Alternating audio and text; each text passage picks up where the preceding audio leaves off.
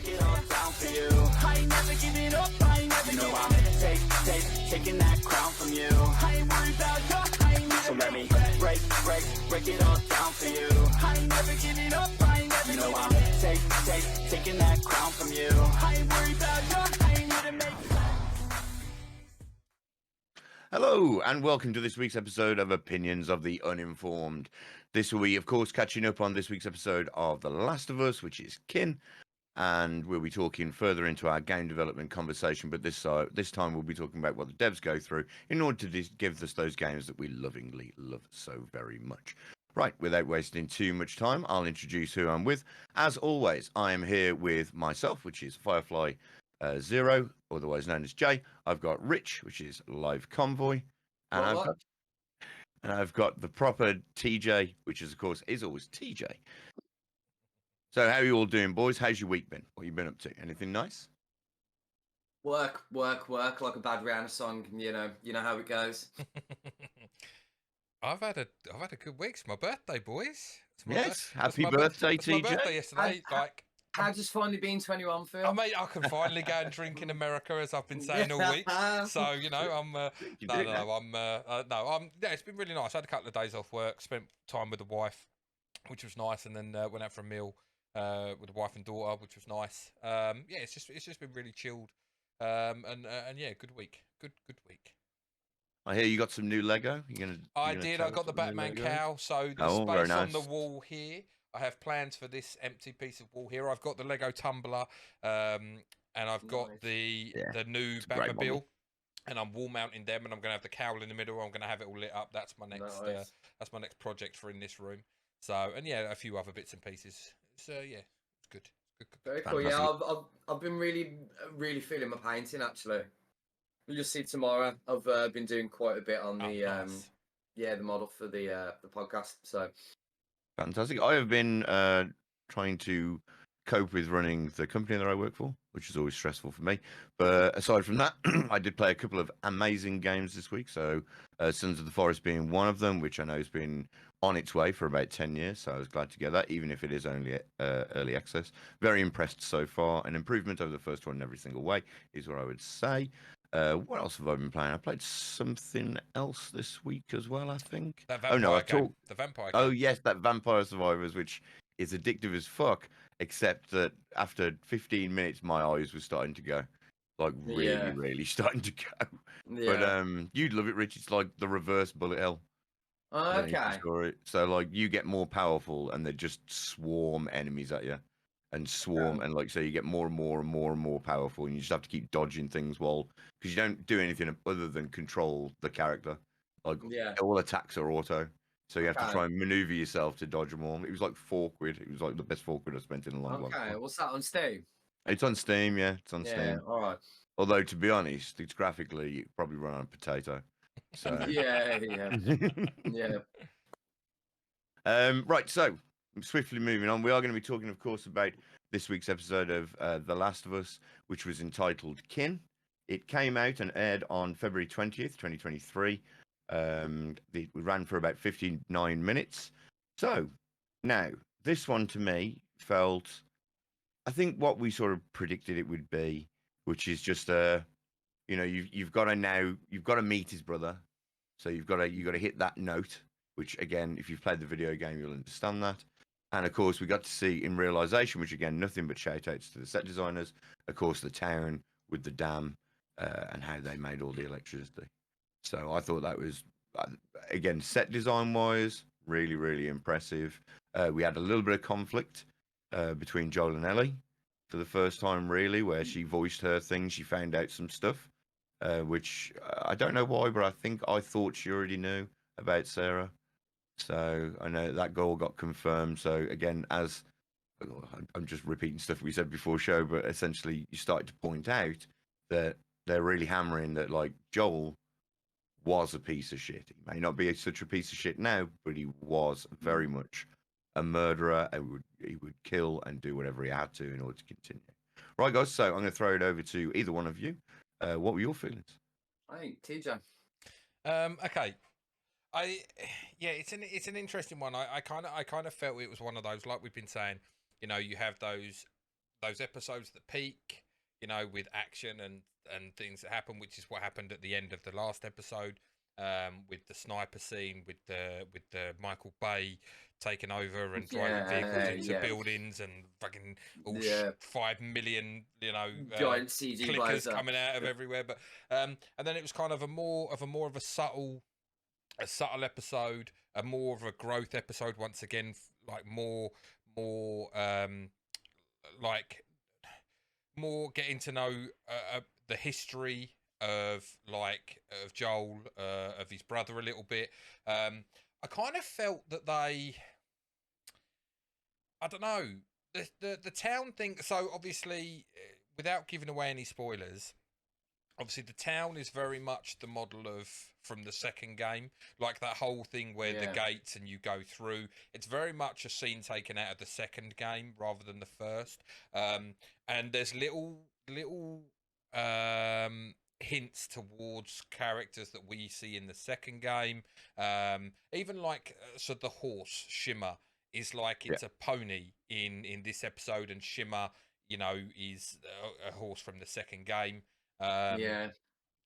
And it's PJ only knows this because he's recently started. I'm just playing the second game. But yeah, so I'm not being stupid here. It's been on a while. I think that's really nice that they're setting, knowing what I know, from that, it's setting footholds for next season with certain characters and stuff, which is quite cool. Certain plot lines as well. Yeah, really, and do you know what I really liked? So I think the key thing from this episode that I'm taking away is the vulnerability that we see in Joel. It's the first real time that he's let his guard down to a point where I know the whole, like we're saying, the episode is geared towards him seeming like a nasty piece of work. Like his history is one that is littered with bodies, And when he had the conversation with his brother and he opened up and just that little scene that he spoke about with the dog and how he just he froze. He didn't know what to do. He was like, oh my God. And then obviously what transpired. And you kind of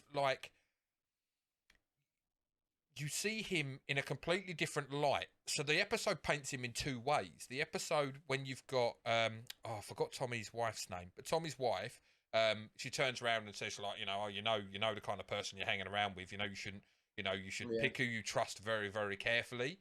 And then Maria, is it? Is it Maria? I think it is Maria. Yeah, I think you're right. Yeah. And then you've got that. So you're getting the two. You're kind of saying okay, that was the person Joel was. So this is the person Joel was is now. And this is it's Ellie that's brought this side of him out. It's he never let go of Sarah. And it's Sarah's eating him up inside for all of those years, everything that happened. And that comes to the forefront when Tommy explains about how, he's expecting, his wife's expecting a child, and the little back and forth they have there. And you kind of, you realize that, Ellie has come into Joel's life and ultimately, changed his trajectory for forever, for the rest of, however this ends now, you kind of, even if Tommy had gone off with Ellie, I feel that I was Joel, never scared until you arrived. Yeah, it's I think, and I think that scared him as well.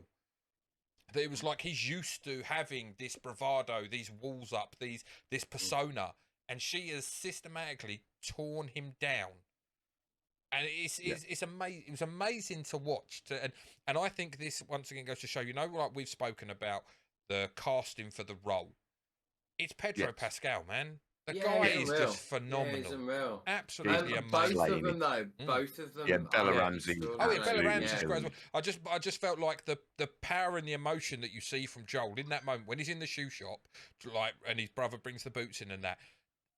The one thing I think they missed a trick is the fact that Ellie turns around and it was oh, how much did you hear? It's well, we didn't even know that she did hear. We know from the game, but we don't know. Where was the little scene of with pans and she's standing in the corner or just earwigging? I was oh, I missed. That's where was that scene? They didn't have my favourite line of dialogue in their conflict scene, which was the one where he says, "You're on mighty thin ice there." you know, and I was a bit like, oh, come on, man. Yeah. I really liked that line in the game. I have to say, when I was listening to a podcast the other day, it's Batman on Batman. No, Batman Beyond. That's what it used to be. Batman on Batman and Batman Beyond. But when Kevin Smith's not in it and it's just Mark Bernard and it's Batman Beyond, and they were talking about Last of Us, and they pointed out something that I hadn't noticed, which is each episode appears to give a glimpse into another kind of love between two people. So you had the couple in episode 3. You had the brotherly love in episode 5. And I think what you're supposed to be going for in this one is the marriage between husband and wife, or partners, I suppose would be the thing, where they're going to have a kid. So it affects the love again. So I am interested to see, like, is it all just going to boil down to how much love there is between Ellie and Joel at the end? I have to say, I might be stirring the pot a bit here. The scenes with Joel and Ellie I thought were absolutely phenomenal. So their little conflict scene was really fucking well done. Yeah. Ellie nailed the iconic Ellie line, which is everyone I've ever known has either fucking died or left me, except for you, and shoving Joel. Nailed, just perfect, absolutely stunning. The bits on the way into the River of Death, their whole dynamic was just, oh my god, it was just so wonderful. You compare that to the first time they were sort of trudging out 3 episodes ago together. It's just not a fucking day, isn't it? Yep. Joel talking about how he wanted to be a singer and all this sort of stuff. It was just, oh man, this is it all. For the rest of it, I was a bit, I don't know, just like, just Grudging. Yeah, a little bit, and I think because we kind of so accurately sort of predicted where the episode was going to go, like almost beat for beat, in fact. Yeah. And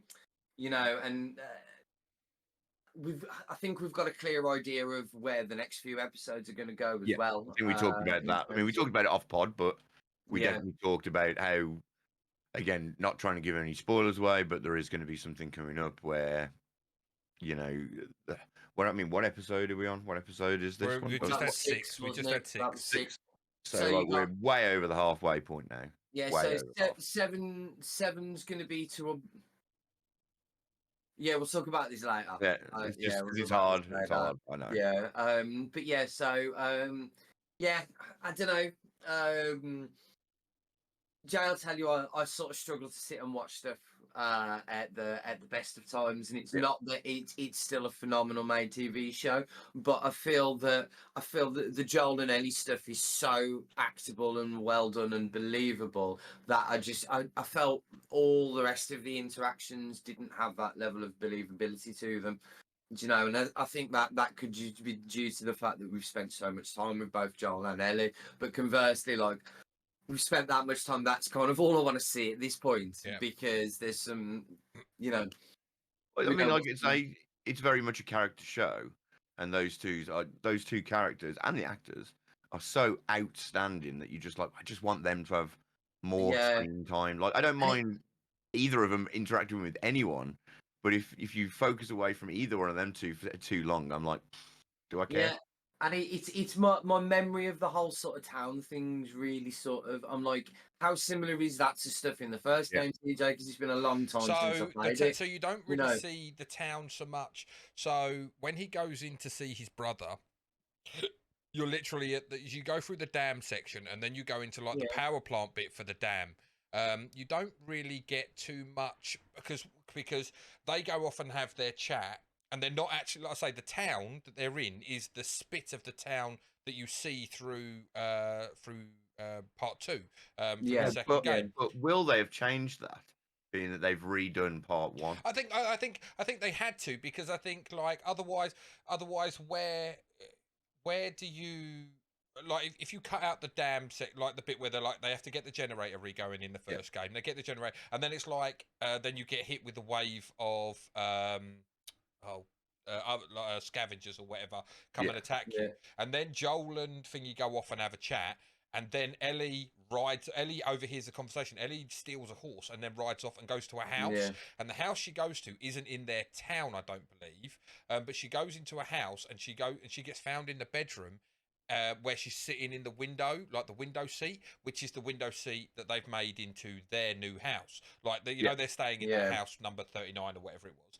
That the whole bit where Joel goes into the room and Ellie's sitting in the window seat reading the diary. That happens after she's stolen a horse in the game and rode off, and Tommy and Joel go after her. So you don't actually get to see the town, but the town, like the town is. Yeah, well, that's what I immediately thought when you sort of saw it, and I'm just like, hang on, isn't this from the second game? I think the reason they've done it, and I think why it works, well, it's building for the second season. It gives you an idea. It gives you an idea that okay, so as we're going through this game, and all you're seeing is death and destruction in every place you go. Like you need to see the hope. And the couple at the start that we haven't mentioned, who are living by themselves in the wilderness, you know. Yeah. Oh yeah, I forgot about that. And they're just like, if you go to any city, you go to anywhere, it's just death and shit. Yeah. And, like, don't go anywhere. Just don't, just do what we're doing. Live by yourselves, because that's the only way to survive. That's how we've seen everything to this point. Other than the QZ, like every other area, is inhabitable. So now, like, we've been given this glimpse of a future for this world. I see that. And now you're also thinking, you get into your head like, well, because they discuss it, it makes it even more real that if Ellie is the cure, this becomes legit. This is what they've got here is what could be everywhere. Yeah. And it kind of makes it, like I say, it makes it real. And if you were in that world, if you were in that, it, like for Joel and Ellie, I suppose it also gives them a new perspective on it, because they're like, well, what does it mean what does it mean for Ellie that I'm immune, I'm the cure? What does it actually mean if, like, we just live like shit anyway because everywhere's torn to pieces? Now it gives them a new perspective of like, oh, hang on, there is a real future. And you get that when they're like, let's say you could do whatever you want to do, and Joel's like, oh, I'll grow sheep. Grow sheep. Not grow sheep. Grow sheep. Sorry, I'm gonna planting them. Planting sheep. Let them grow. Sweet. Like that sheep. He's laid little sheep seeds. Let's lay some more of those. Fucking hell. That's clearly just getting close. You've been playing too much Sons of the Forest, mate. You've been playing too much Sons of the Forest. No, obviously he's gonna raise sheep. And then obviously goes on about the singer. So it's and I like hers as well. Her answer about, like, staring up at the moon. She's like, well, everything I know down here is turns to like to rubble. Jay, space. Mate, she weren't playing Star Citizen, mate. Don't worry. No. You don't know. You don't know. Not yet. Oh, right. Private jokes. Oh, okay. You got private jokes. He's not welcome to. Yeah. Oh, yeah. No, I'm quite sad. Oh. Okay. Okay. So it's something I've got to look forward to. Yeah. Fucking. But yeah, their dynamic is like, you just can't heap enough praise on it. They're both absolute incredible interpretations of the characters. Nailing it. Just nailing it. So other than missing out, like, my favourite line of dialogue, that scene of the conflict between them was just exceptional. So, that all said, the ending. So, with that, obviously, Joel stabbed through the abdomen, from the looks of things, falls off the horse.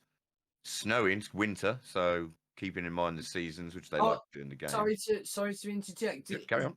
The heart attack thing, that seems new.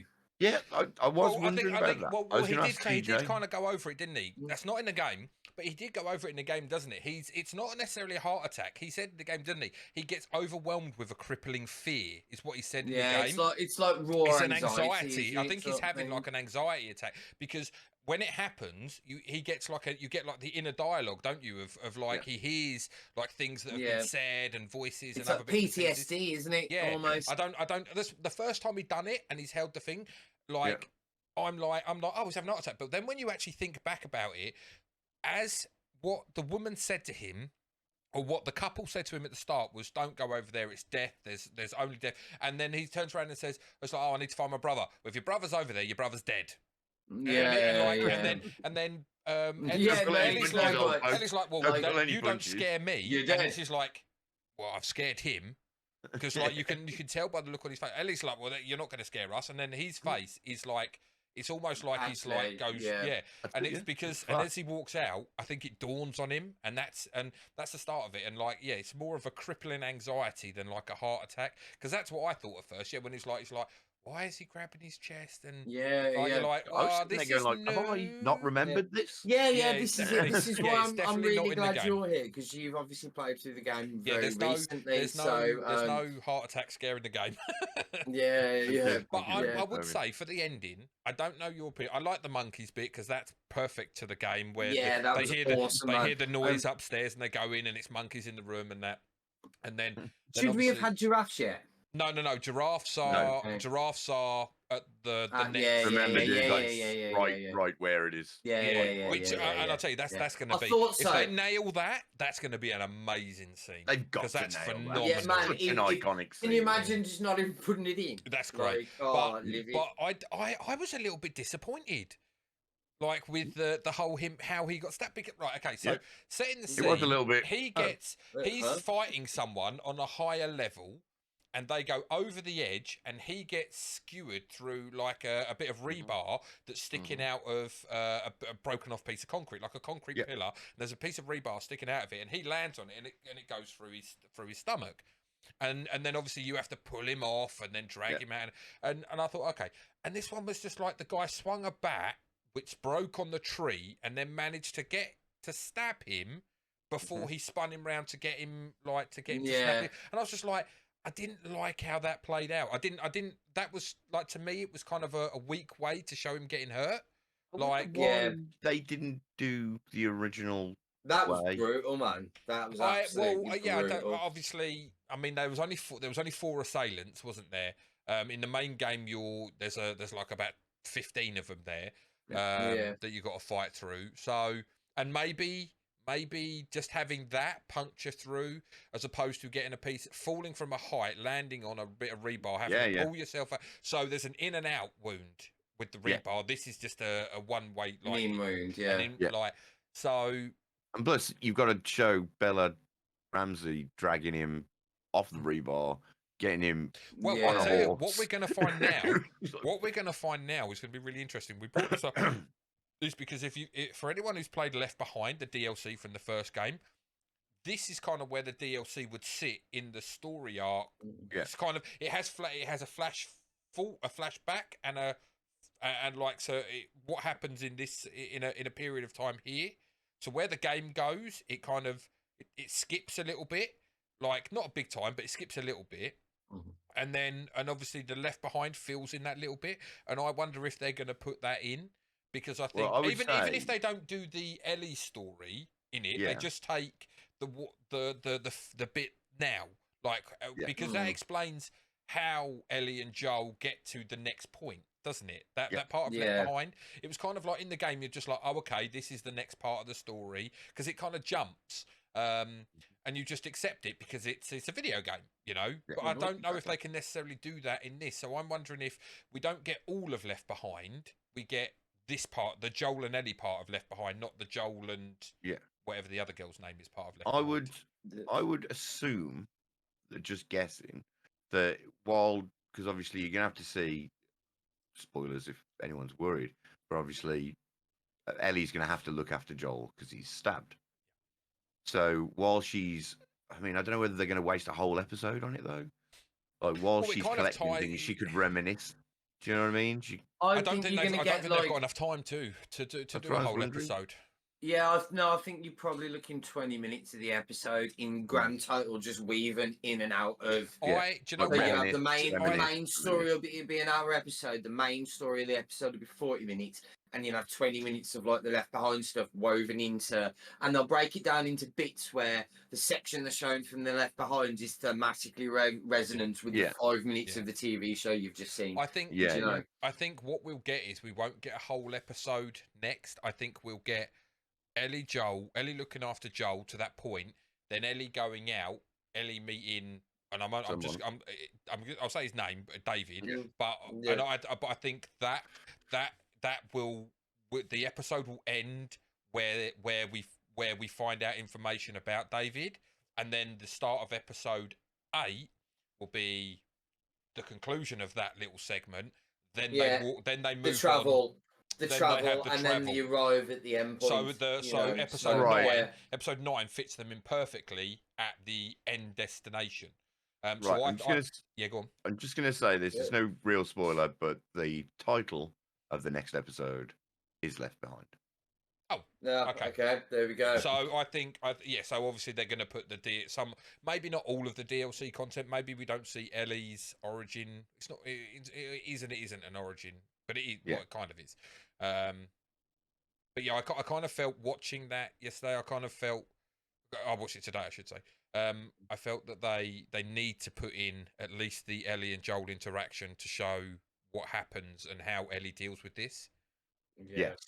Because 100%. Otherwise you can't just go, oh, okay, she's been caring for him for however long, and now this next thing goes. It just doesn't make sense in a TV setting.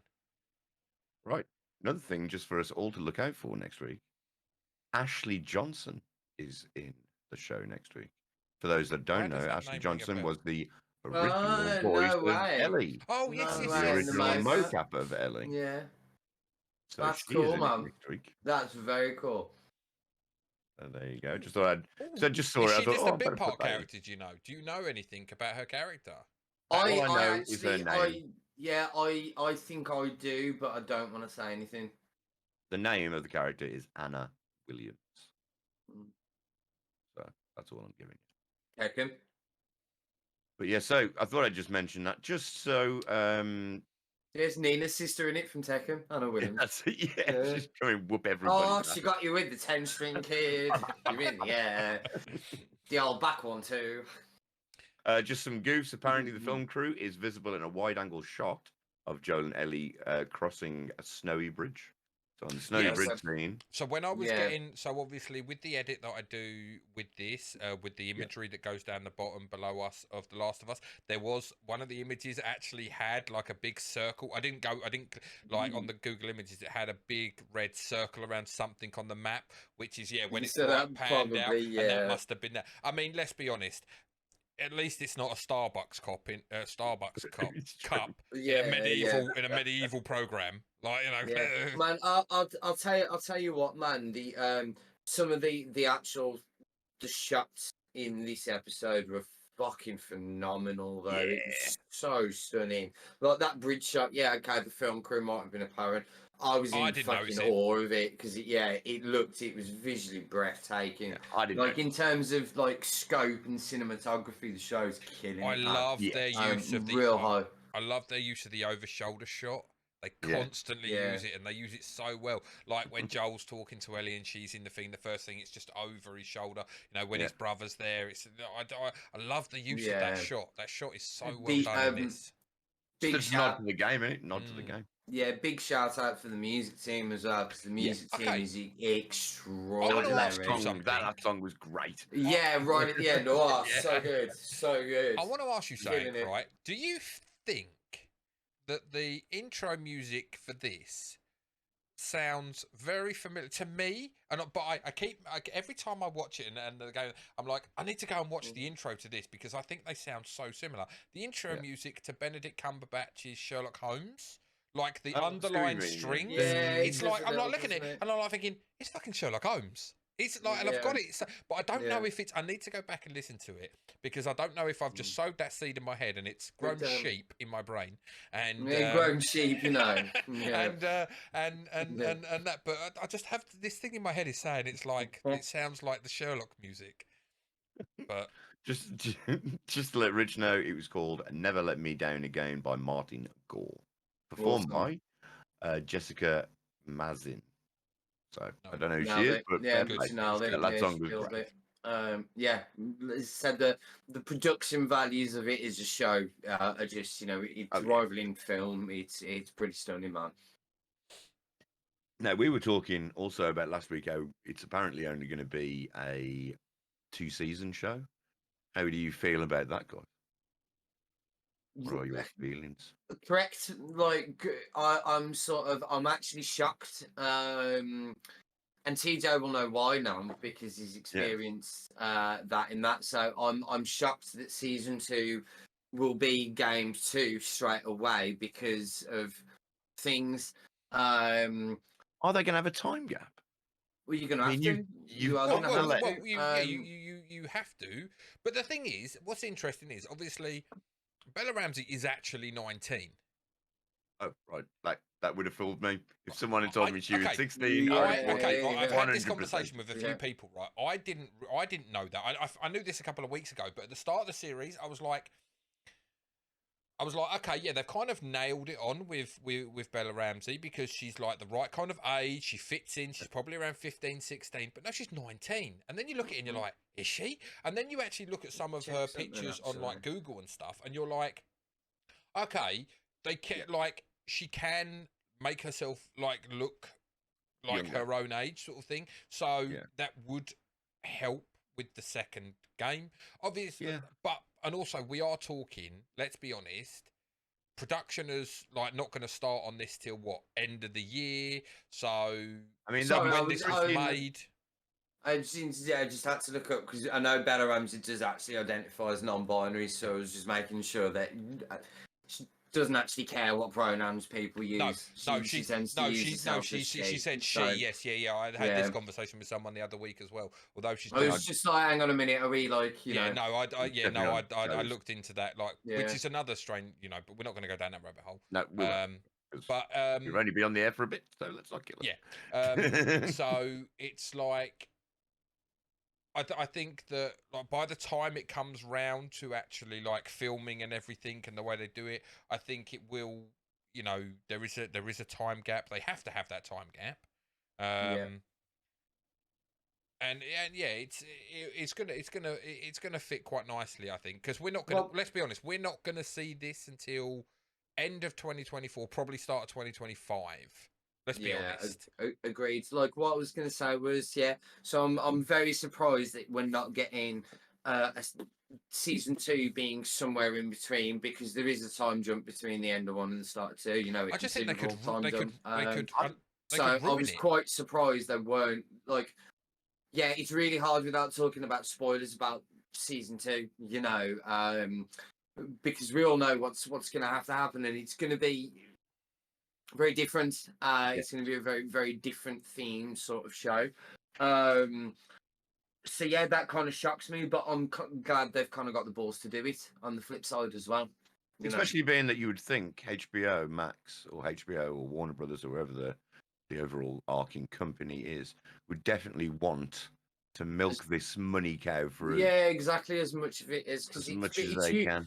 It's been universally incredibly well received, both critically and commercially, hasn't it? So, did someone say, or is this something I read somewhere else, that Naughty Dog want to move away from Last of Us and they have Uncharted? Suggested such I'm down. I think I obviously I haven't finished game 2 yet, so I've still got that to go, and then I'll obviously have my thoughts on that. But if this is a massive success, which it seems like it's going to be, I could see game 3, and they've mentioned game 3 for time. So there has been rumours. Also, who's to say that it has to be Naughty Dog that does that? Do you really think Naughty Dog sell their rights to probably their best game they've ever made? Well, they're Sony owned anyway. You know what I mean? They could just be like, we want to do something different. But then here's another studio that does it. Well, we'll oversee it. They're like Guerrilla Games doing it, God of War Team, Santa Monica. So there is. Oh, I agree. I don't know either.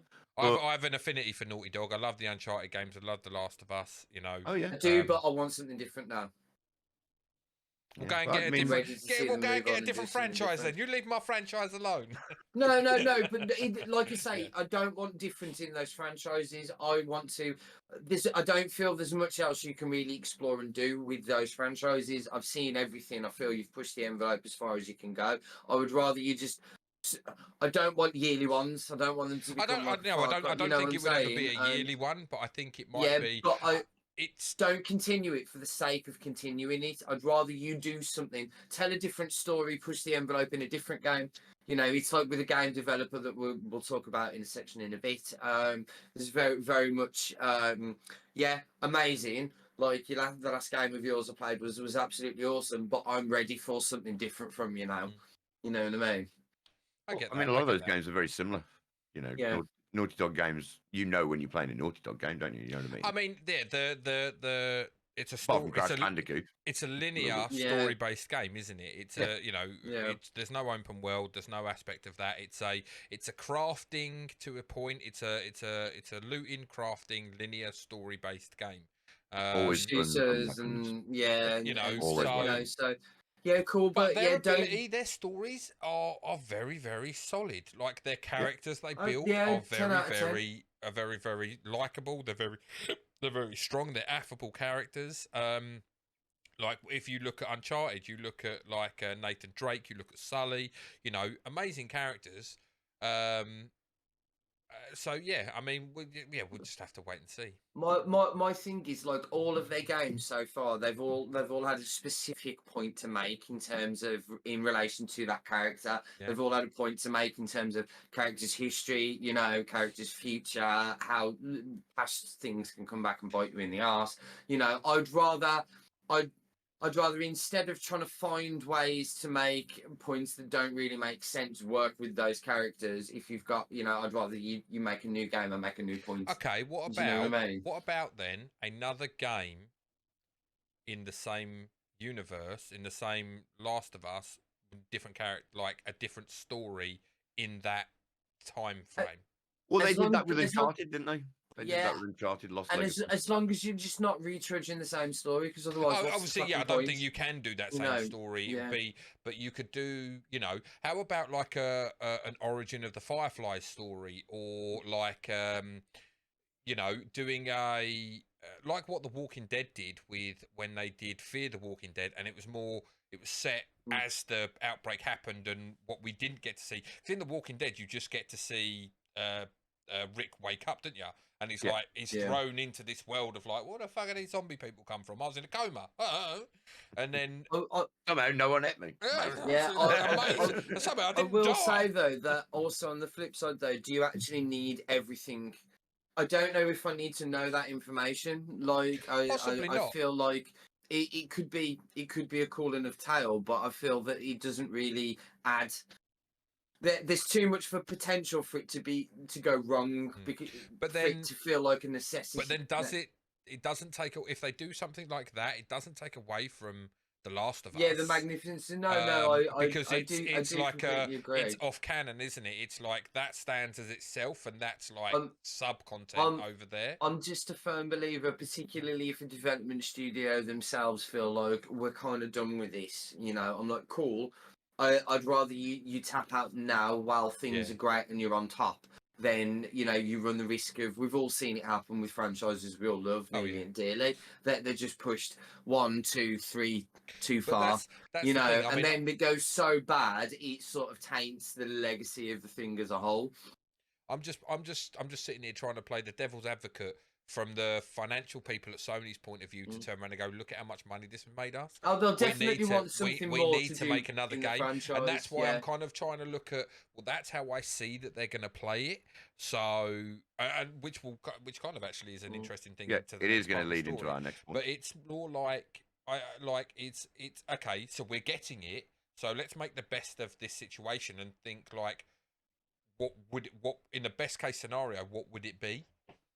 Yeah, you know, because I can't see this being... 100% it's coming. Yeah, there's no ifs or buts. It is coming. The success of this, and I also think the success of this is going to roll out a lot more. Like the video game adaptations have been.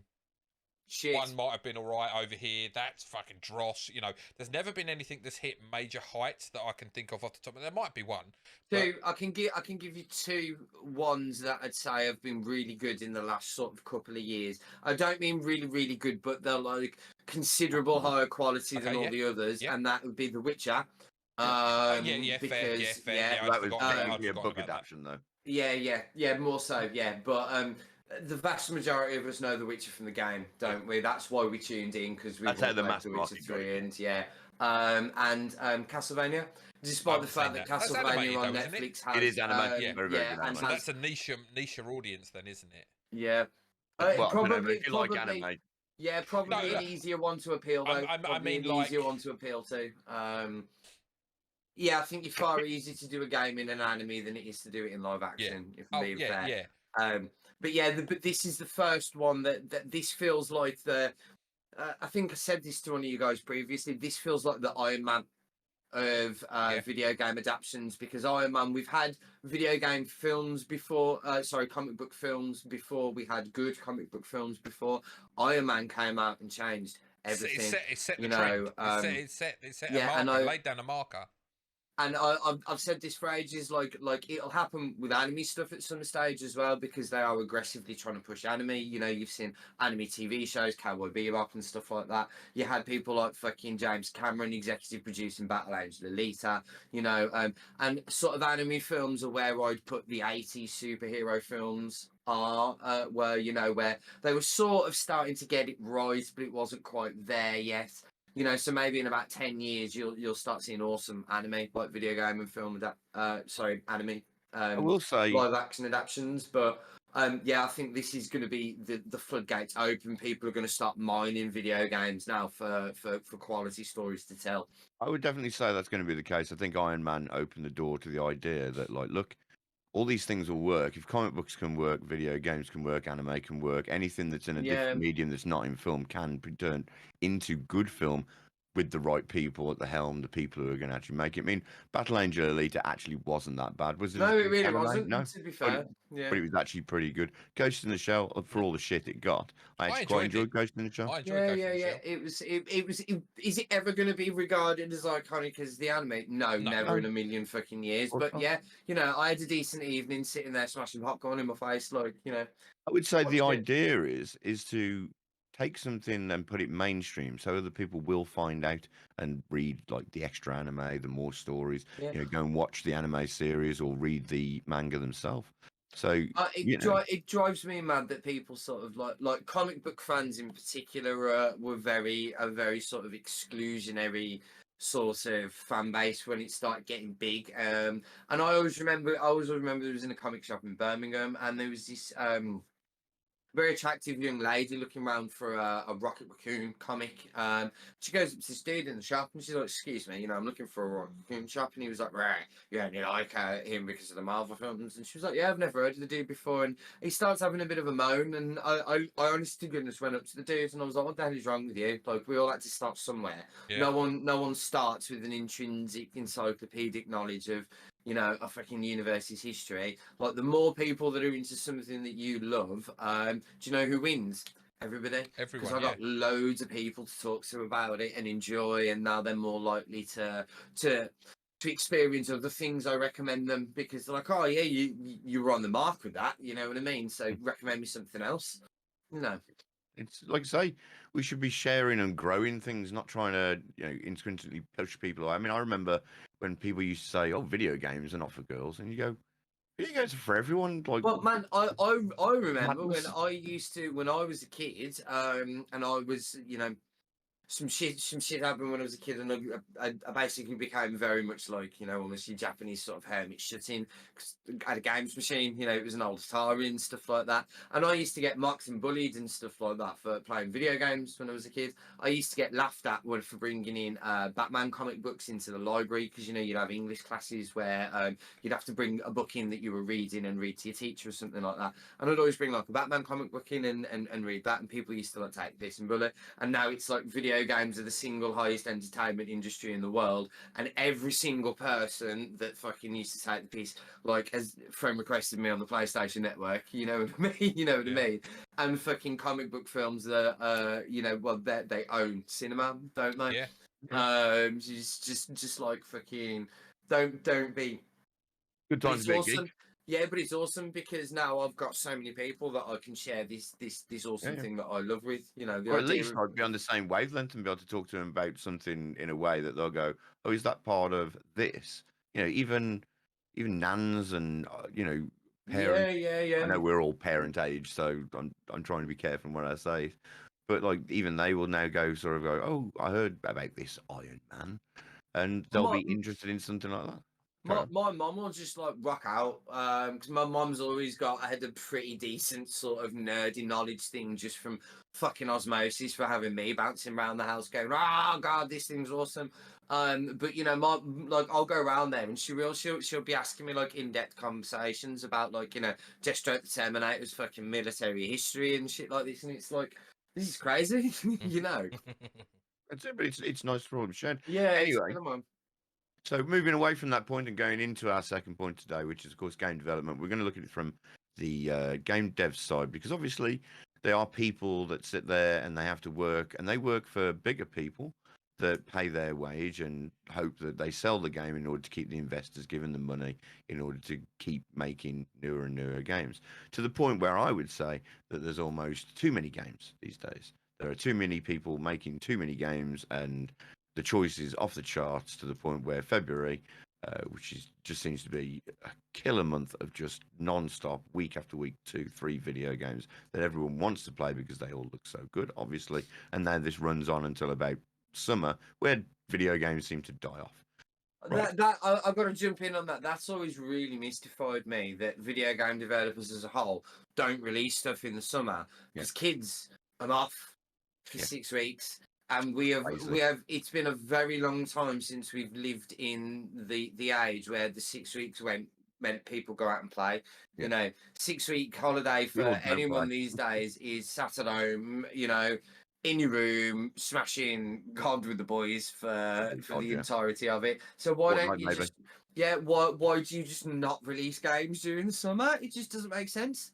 Never makes any sense to me. I think it's perhaps they just haven't caught up with that as a trend they have.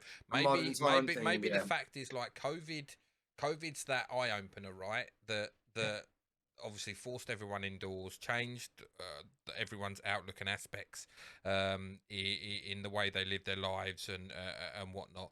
And maybe it's just because maybe it's a simple fact of they slate so far ahead that they're just like, well, we won't bother changing our slate now. We'll just maybe in a couple of years things will shift because we'll be moving into their next slate, and maybe we're just seeing the runoff of what they already had planned. They're like, I don't know how far in advance they planned, 3, 4, 5 years, let's say. Maybe we're just seeing considerably longer than that. With well, there you go. Yeah, like, so maybe we're game development these days. Maybe we're just still seeing that runoff, and then at some point, maybe it's this year, maybe it's next year, we'll just see like July 1st, something massive's gonna, and you'd be like, oh, we don't normally get like this released now, sort of thing, and it will just. I'll be honest. It will just one big game a month would be great for me. And all the other words can just die off. There's too many games. I mean, there is also like you know, the ability to like withstain and not buy them, Jay. There is always that, mate. I can't do that. The phone mode. That's not Jay. That's not Jay. So I just can't do You've that. only got like a few hours a day. Yeah, exactly. Don't I know? This week has been ridiculous for like, I want to play video games, but you have no time. Mate, I've got stuff I bought. I bought like, oh, look at that. That's a sale over Christmas. I bought that. It's now February. It's not even installed on my PC. It's like, right. So moving on to the development conversation. So as we all know, video games, as we were just discussing, take literally years to develop. I mean, some of the bigger video games can see 10+ years. And still not Rockstar even games. Rockstar games, man. Rockstar games. Yep. So in order to create those wonderful, wonderful worlds that we love so very, very much, and adorning characters that drive our story gameplay, it takes a long amount of time. But it also takes a longer amount of work hours. And what happens in the industry, and still happens, it's calmed down a little bit since it's been brought to the forefront of the conversation by people like Jason Schreier. Work time go through something called crunch. Now, if you don't know what crunch is basically overtime unpaid. So because a video game needs to get out and that developer is screaming at you to get it out, and I do mean screaming at you, there are very, very hostile work environments and known in video games. A lot of misconduct's all been coming out recently. Big players such as Call of Duty, what's his name? Activision Blizzard. Activision Blizzard.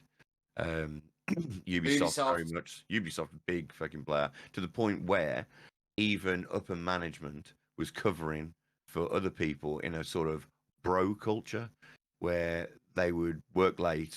All their staff would be working late, females especially, and then would have other members of staff, the upper members of staff, getting drunk and then getting leery on it. In fact, I think it even drove one employee to suicide. The worst one was Activision Blizzard, where there was a suicide. One of the women, she was involved with a member of management in the company, and he sent in his group chat, his boys' group chat, for his team, his bros. Yeah. He said, if you all meet the deadline and the game hits X amount on Metacritic, he will all let them have a go on his missus. That is just. Yeah, there's like, it's no secret in particular that females in the video game industry have particularly had a very rough time of things. I mean, there was an expose years ago where some journalists did a look into sort of how women were treated, depicted both in terms of how women were depicted in video games and how women were treated in the video game workplace. And it wasn't, you can look it up, it wasn't, spoiler alert, it didn't come out very favorably in terms of the women. There was videos of fucking very, very good professional Street Fighter players just being like openly mocked and ridiculed off stage by like professional teams and organizations, and it's just being allowed to happen, especially if they're winning. My sister loves like Overwatch. She won't use voice chat because the second she's a female, it all goes to shit. This woman did this huge expose, and how did the video game respond to finding out these horrible stories of all this rampant sexism within the industry and the enforcement of bro culture? They all sent like death and rape threats to her, and it's just like because we're monsters. Just like, what is absolute like wrong with you at all? And I from the outset, it seems like it's been getting better, but then you look into the sort of the stuff that's been coming out in some of these giant companies, and it's just not at all. It's like it's honestly horrific. Mass Effect Andromeda had that many people burn out because Mass Effect's like so Crunch is bad. It's far more prevalent in Japanese developments than it is in Western, because that's Japanese office culture anyway. They're all very hardworking. They all can work up to 80 hours a week. Like, I've been to Japan, and you see businessmen on the street like at like 1 o'clock in the morning, passed out, pissed because they worked until 11 o'clock. They've had a couple of beers on the way home, and they're just falling asleep. It's insane, and it's horrendous. I'm not justifying it, but it is sort of more ingrained in their culture. It's one of the reasons Japan has a lot of the socio-economic problems that it sort of does, is because of its high desire to succeed. But in Western society, it's obviously far more fucking frowned upon, and it's like the people are told you don't have to do it, but one, you're not. If you ever decline doing it, your career progression stops there. There. That's one time, like more than one time, and you will be managed out the business. Like, if you've ever been a manager somewhere, sometimes there are toxic individuals that no matter how much coaching and helping you get, you have to manage them out the business. Shady managers can find good ways of doing that with good employees, just for simply disagreeing with them. The second people talk about, like, a lot of video game development studios won't allow their staff to be in unions, for instance. It's only recently that they've even allowed the QA testers, because the QA testers went against it, which of course is what we were talking about last week with quality assurance. Yeah. So, just to give a little bit of statistics, surveys from game developers in 2000 showed the average working week was at least 46 hours for more than 60% of respondents. When the crunch time occurred, work weeks of 60 to 80 hours, or in some cases 100 hours or more, had been reported. So people sleeping at desks and also not literally not sleeping, mate, passing out. Exhaustion. Yeah. Honestly, yeah, it was so bad to Mass Effect Andromeda because that was the one that really sort of massively broke it. If I believe Kotaku did a huge expose on it, they actually developed a term. They called them stress casualties. Yeah, It was that's right. something like 250 people or something like that who burnt out during the 5-year course of that game's development. Because the crunch for that didn't last. Like traditionally, crunch used to last like, you know, 6 to 8 weeks was the Japanese sort of, you go back to the old sort of 90s, early 2000s when games were a lot sort of smaller in scope. The last sort of 6 to 8 weeks, and then as they got bigger, it became 6 months. Now you might have crunch that lasts like Rockstar, for all their extents, like the you want your crunch GTA 6 kids, it comes at a cost. yeah, GTA 5, like genuinely the crunch for that lasted something like 2 years. Yeah. Now you imagine 2 years of not seeing your family for 5 days a week because you're passing out at a desk because you're doing 80+ hour work weeks with some executives screaming at you like to fix this, like we were talking about last week, to fix the non-working microtransaction in the game as opposed to the actual issue in the game. Yes. Because the developers, an argument we've had with people before with surely the developers have got some pride in their product and they want the game to come out right. The individual people making a game do. They genuinely do. However, they have a fucking job to do. They're being told by a suit which is made, who answers to a group of shareholders who have no interest in the general quality of the game, only as long as it makes money. It's the balance sheet, isn't it? And if you're told to fix the balance, like the Apex issues we've been having for ages, man, if you're told to fix the fucking the balance issues that and the audio issues or something like that, like if that's what you need to do because it's like the right thing to do and you want to do it, but the guy who pays your fucking wages is screaming at you, actually no, you need to implement this new character that's just going to break the game even fucking further because it'll sell way more money. Like, you've got to do that because otherwise they'll fire you and they'll replace you with the next young up and coming naive person who spent the last 5 years fucking getting 60 grand in debt, in tuition fees, because their dream has always been to work in the video game industry. That's it. And what I will also like to point out, it doesn't even matter if your video game is incredibly successful. Not even if it breaks all records, makes record profits, your job will always potentially be on the knife. I think it was Blizzard Activision that when Call of Duty came out, broke all records, top profits. Bobby Cockett went, Kostick. Oh, don't even with that guy. Right? Yeah. He just went 40% of the workforce gone.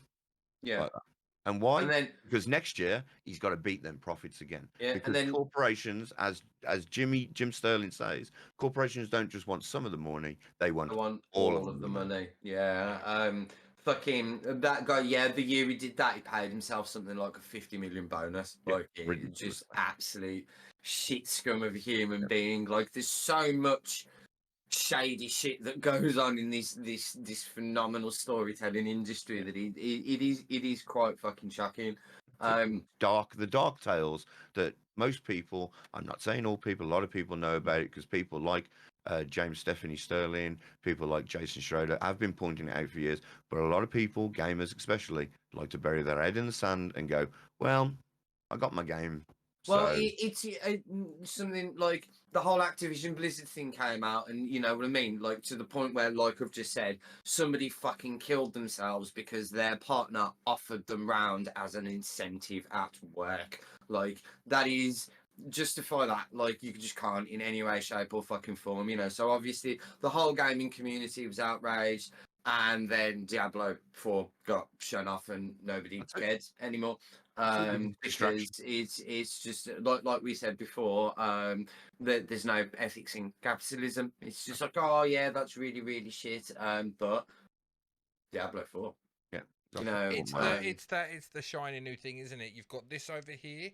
Well, and how can we get people to stop paying attention over there? Let's send this shiny new thing over here. We're like, and it's like I said the other day, we're like moths, aren't we? That like look at that light and we're like attracted to it, and we're like, oh, and we go over, and that's what we go towards. That new shiny bright thing that's like all gleaming, looks all pretty, looks amazing, and that's why like. When you look at these games and bits and pieces, all they care, like all that the top suits care about is, like you say, they're not they're not looking long term in terms of like, oh, the game from start to finish has got to run flawlessly and be amazing. It's like, let's get the marketing down. Let's make this game look the best. Like Cyberpunk, the marketing they put in for Cyberpunk, the money that they would have pumped in for Cyberpunk is absolutely They need it back, astronomical. Yeah. But they knew that they get the marketing right, the suits and everything. Like, you get that right, we're quids in. We don't really care about how this game is run. You know, let's just get it looking amazing. Let's get it and let's pump it out to the media. You know, and it's that vicious thing, isn't it? Like, you have people who have a genuine love. Like, these people you don't just go and say, okay, a job's a job, right? A job's a job. Yes. But these people do have a love for their job. If they didn't, they wouldn't do these 80-hour weeks. They wouldn't so they genuinely have a love for video games. There's a reason they do what they do. Otherwise, they could leave and probably, you know, financially might take a little bit of a hit, but quality of life comes into it at some point, right? Like I say, I mean, they love them so much because they're sitting there working those extra hours because they want to play them as much as we want to play them. And it's like, so you know, these people generally, we spent last week ragging on development a little bit in games, and that's why it's good that we're doing this side of the story because, like, there's a very human element to the corporations that tends to get missed because you go, right, EA's fucking, you're all wankers, and I'm just like, actually, in all fairness, probably 99.95% of EA's entire workforce are all really dedicated, utterly devastated individuals that put fucking time and effort in. It's they're the ones that make the call and pay the bills. It's the people that are above them and the people that are above that person as well. Ultimately, it's a balance sheet. That's all they look at. They look at their quarterlies, you know, and see, right, where are we? Where are we in the red? Where are we, you know, like in the black, whatever. Well, we're all old enough. It's a very different society because things were very different. Because I remember a lot of the stuff that I used to play growing up. That was made by like 3 people. You know what I mean? It was made by 3 software nerds, like in the garages, that went to work 9 to 5 and then, you know, made this thing. And you do still see that sort of ethos, don't you? In certain indie games, you have things like Hollow Knight, which was made by like 5 people and stuff like that. But the second you start, the second you start having big corporations, you know, and inevitably you end up with, it's not a passion project anymore. It's a money man making decision. You know. Well, you know that recently, obviously, Microsoft laid off a load of people. I think it was 10,000 people or something like that. And the reason for it was because we didn't earn as much money as we did last time. So they still made more money than last time, but they didn't make not as much money. Yeah. And then the problem is their expectation is still like, okay, we've got this benchmark. Okay, we want to hit this. We didn't hit this, but we hit this, which is close, but not. So we'll lay off all those people, but next year we still want to hit this up here, but we've just got 10,000 less people to do it, which straight away puts the, let's say, it just doesn't make any sense, does it? Well, it's just like, okay, let's put even more pressure and even like more demands and wants and needs on these dev teams, and what are you honestly expecting the outcome to be? Well, it's really bad. Like, it's very exploitive because like so many people, especially these days, you know, grow up like, and video games are their main form of entertainment. You know, video games. I'd argue, TV's sort of. If someone's chilling by themselves, 90%, you know, 90% of the time they're playing a video game. You watch stuff with other people. You know, if you're by yourself, it's a video game entertainment, isn't it? That's just how the world sort of fucking moved. And you have all these people that say that grew up like they might have had social anxiety or something like that. So video games have been like their sort of, you know, their go-to, you know, their escapism. Yeah, exactly. So they've then decided, well, this has helped me, so I'm going to dedicate my time because I want to make games. You know, it's their lifelong dream, and then they get there and they get to do it, and they think they're going to do all this cool stuff. They think they're going to make a game that's going to change the world in terms of like game mechanics or like incredible storytelling, and then like I say, they end up being like shouted and screamed at because the £3.99 fucking hairpiece on the hentai game that they're making that they're sad about. I was going to say furries, but I don't want to. won't fucking they're getting screamed at daily to fix like that, as opposed to the many other 101 actual problems there are with the game. Assassin's Creed Unity, I'm so many years later and I'm still so mad about it. Because beggars belief. The investors are there and they've gone, right, we've give you X amount of money. In what I want from that X amount of money is 50% return increase on my original profit. So that just, as everything does, falls downhill. So that hits the main publisher and go, right, we need to make this much money because we've got this much of investment.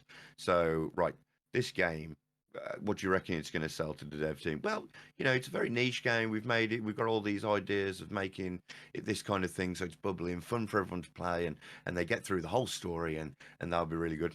Like it. However, could we chop about 3/4 of it out, sell it back as DLC? Then I want the character. Is it possible that we could change their hair for about $5? Could we do that? Well, it's just against that. Well, all right, let me tell you where I'm at. If you don't do that, right, we're not going to fund this game. You're not going to get to finish the project. In fact, you're not going to be working with this company anymore. So think about that. Now, hair, love it. Well, yeah. That's it. That's exactly it.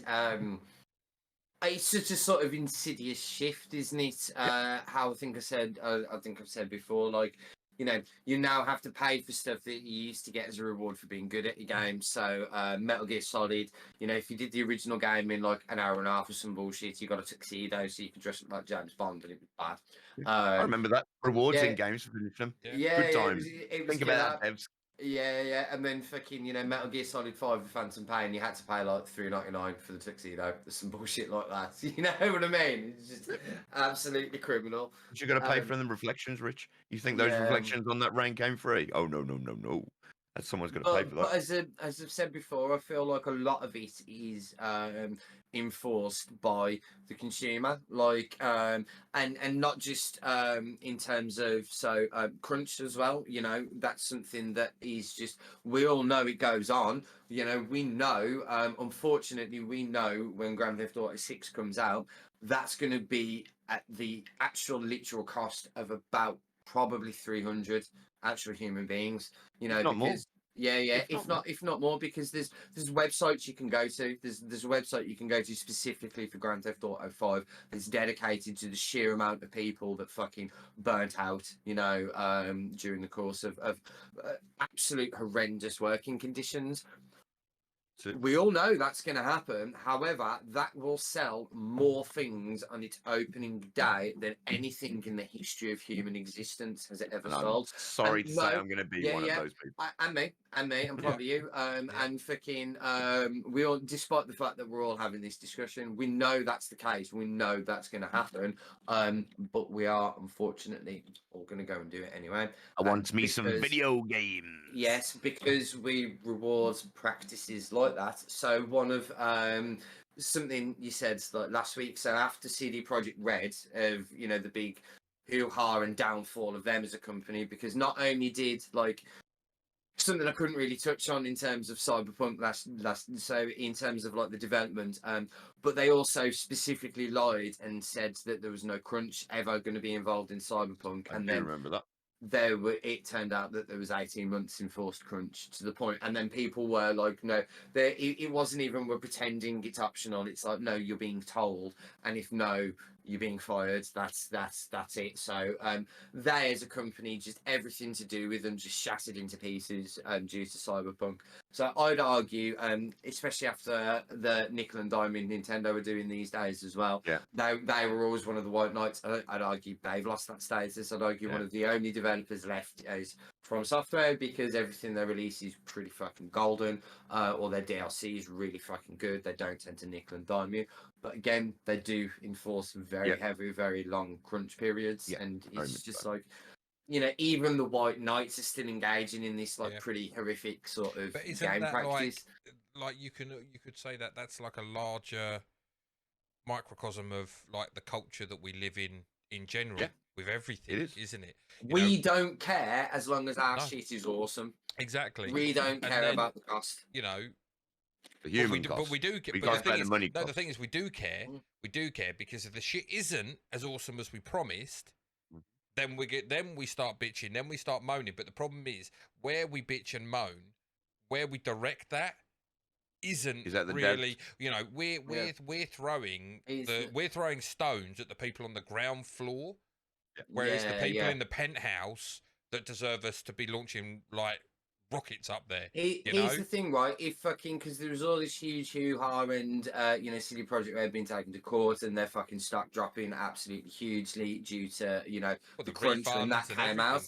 However, right, if that game would have launched and would have been fucking A1 baller, everything you were promised worked incredible, no one would have fucking batted an eyelid about the crunch. Like the Grand Theft Auto thing came out, that literally came out years ago. It was all over the place. It was on Kotaku. It was shared on Twitter hundreds of thousands of multiple times. And like Grand Theft Auto is like one of the biggest things of existence ever.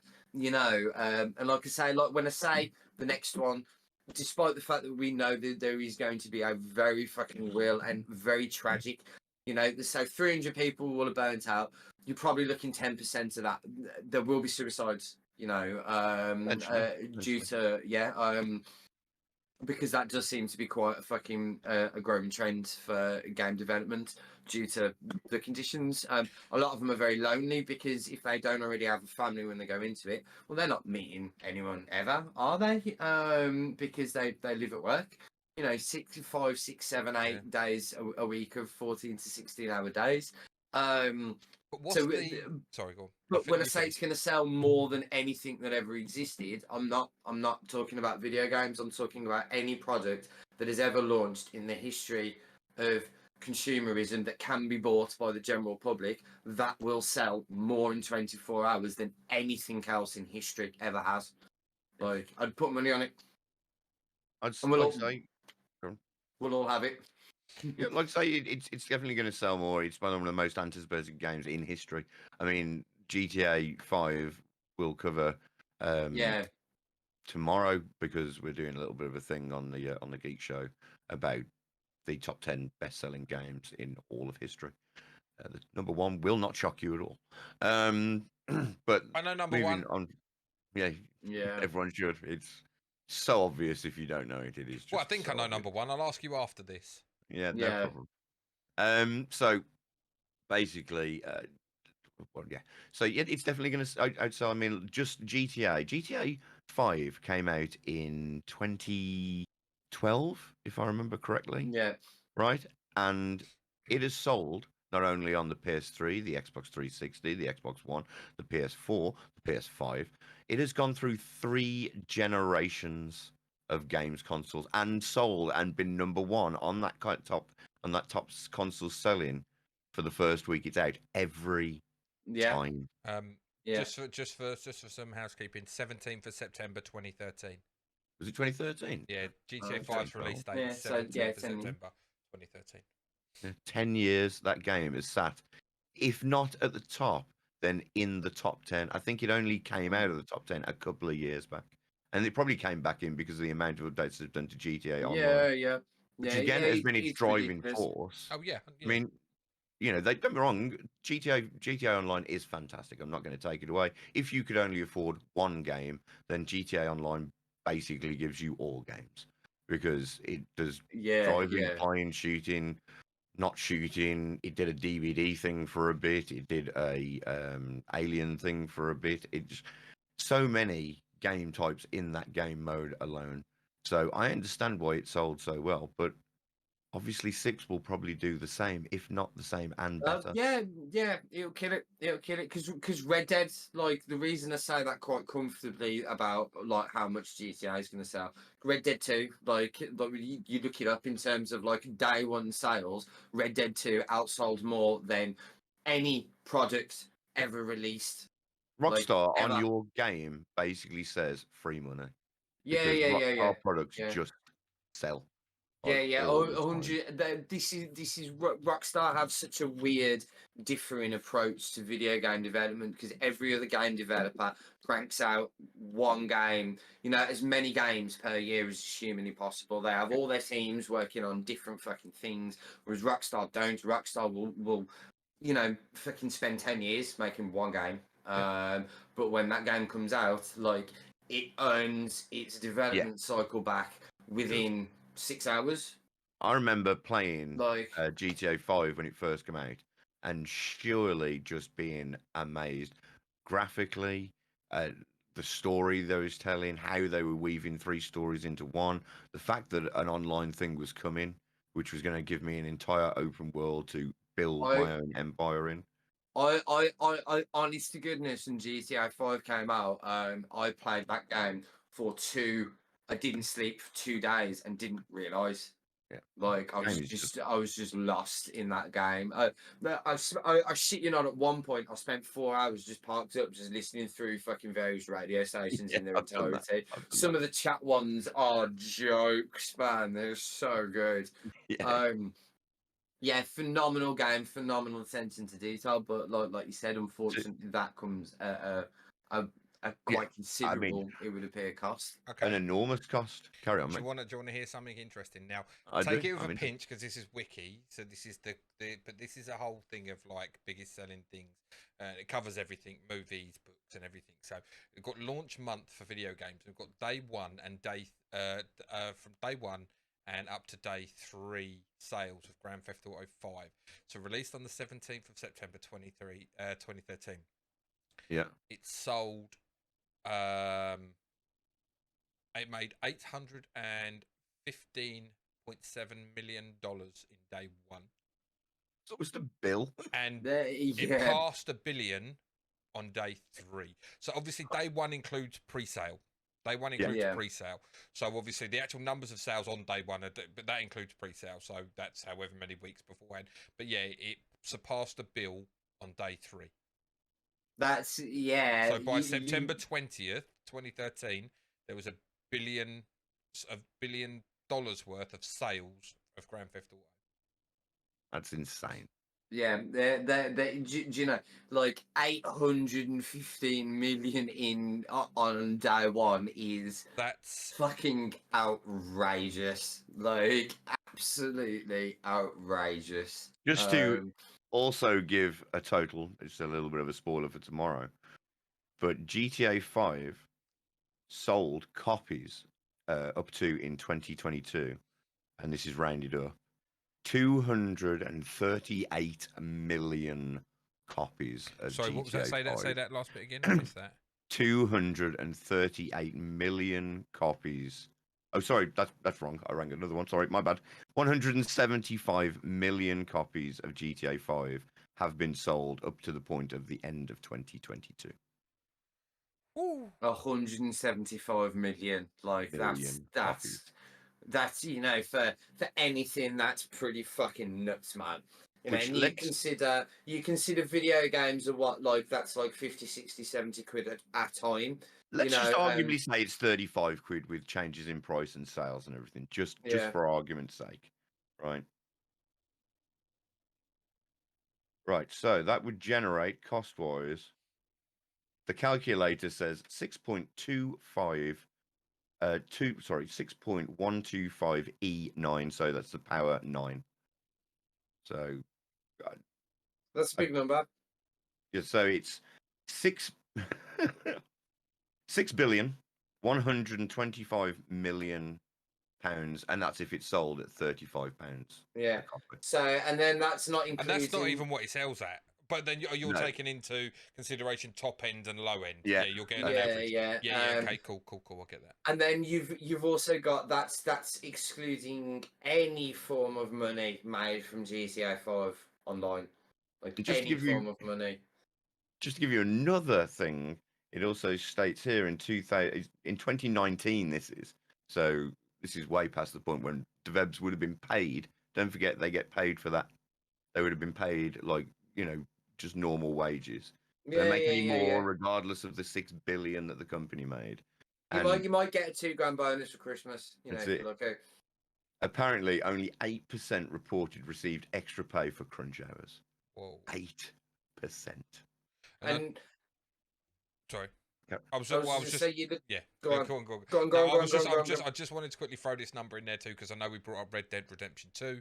So I haven't got the day 1, But I have got up to, so pre-sales included up to day 3, 725 million in gross revenue.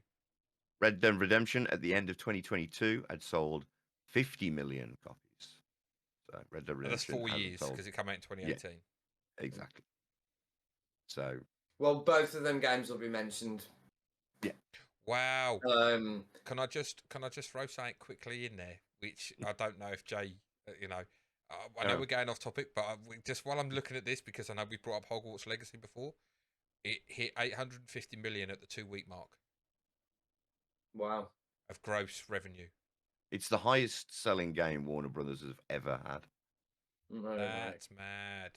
And this is actually ties back into this story because obviously we took Cyberpunk, right? Cyberpunk day 1, 760 million in gross revenue in pre-sales and sales on day 1, which is only 55 million less than Grand Theft Auto. So that just shows you Grand Theft Auto was an established gaming series with a long storied credential that that sold it. Cyberpunk was, yes, it had The Witcher behind it, but it was a complete far cry from The Witcher, wasn't it? Like a completely new style of game. And for it to get that, the difference those games launched in is night and fucking day. Yeah. Can you imagine if GTA 6 launches in a bad state? Oh, no, I can't. Can you imagine? Yeah, I can't. The world would Rockstar burn. have Rockstar ever launched anything that they may have a few little bits here, but not that bad. Like I remember Red Dead had some of my favourite in-game video glitches I've ever fucking seen in my life. But then, So particularly my favourite ever one was a guy that it was the character model of a person, but it had been inhabited by the AI of a cheetah.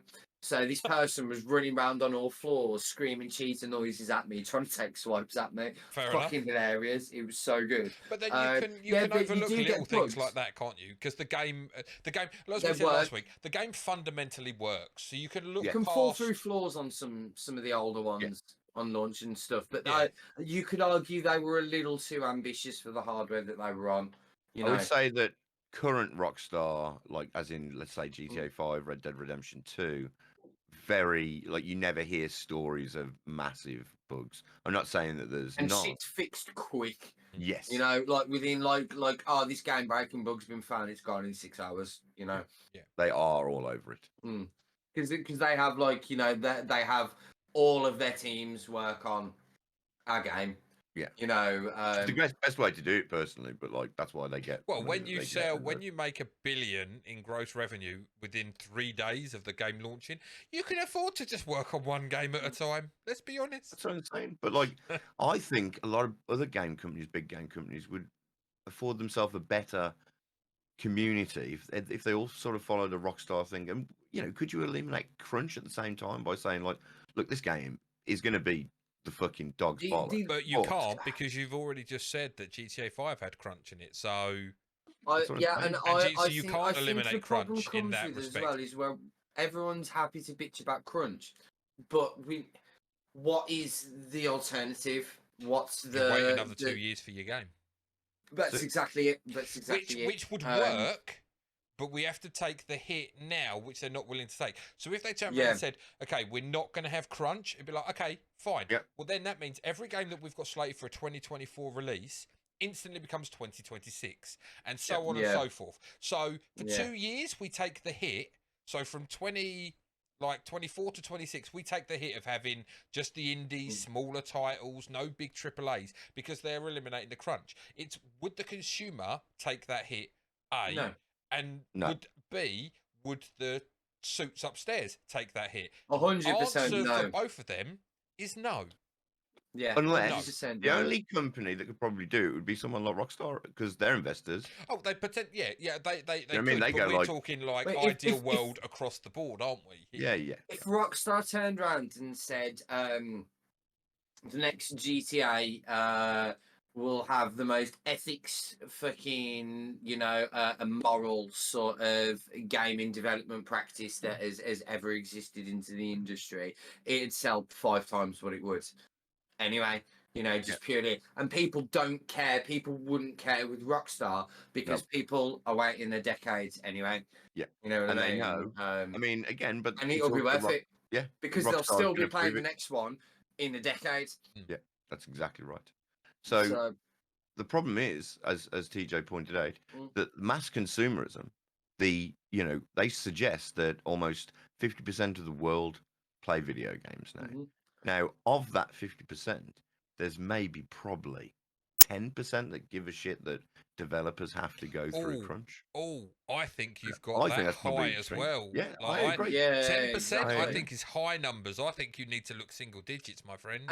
But you're looking. There's very much a distinction between giving a shit and actively voting against that practice. Because I'd say I give a shit, but I'm well aware that virtually everything I've enjoyed in the last 5 fucking years has had some pretty horrendous crunch practice involved to it. You know, Elden Ring got a lot of flack for it because, like, apparently that was. I mean, you look at the size of Elden Ring, and it's crazy. It's like From a very weird company because I'd argue that there's very few developers that have gone through the transition have been through in the last sort of 15 years because up until Demon Souls came out, no one really knew who they were. You know, they made Armored Core, they made the original Tenchu, they made some little games, and then they made Demon Souls, and everyone, they only released Demon Souls in Japan. That's a really interesting story. We should do a thing about that at some point. But yeah, and the whole world kind of went, well, hang on a minute, like why is Japan just getting that? Because that looks fucking awesome. And there was these huge petitions, and it came over to the West, and then they sort of refined that. You know, they made some real big fuck ups. Which is why I think we should do a thing on it. But they refined it. They released Dark Souls, and instantly changed gaming landscape. I'd argue forever. They created like a new genre of game. They fucking they changed the trend. Games are a lot more willing to dare in terms of difficulty and not hand holding and stuff these days. And it's like a fact that I find really fascinating is like by the development of Dark Souls 2, they were still using old school CRT televisions for development. Like they were that small of a company, and now they're one of the biggest. They've had such an aggressive expansion. Every game they've released has been a veritable masterpiece. You know, I don't think Dark Souls 2 is probably the weakest received game they've released, and it's still 8.59 average. You know, fucking very few games.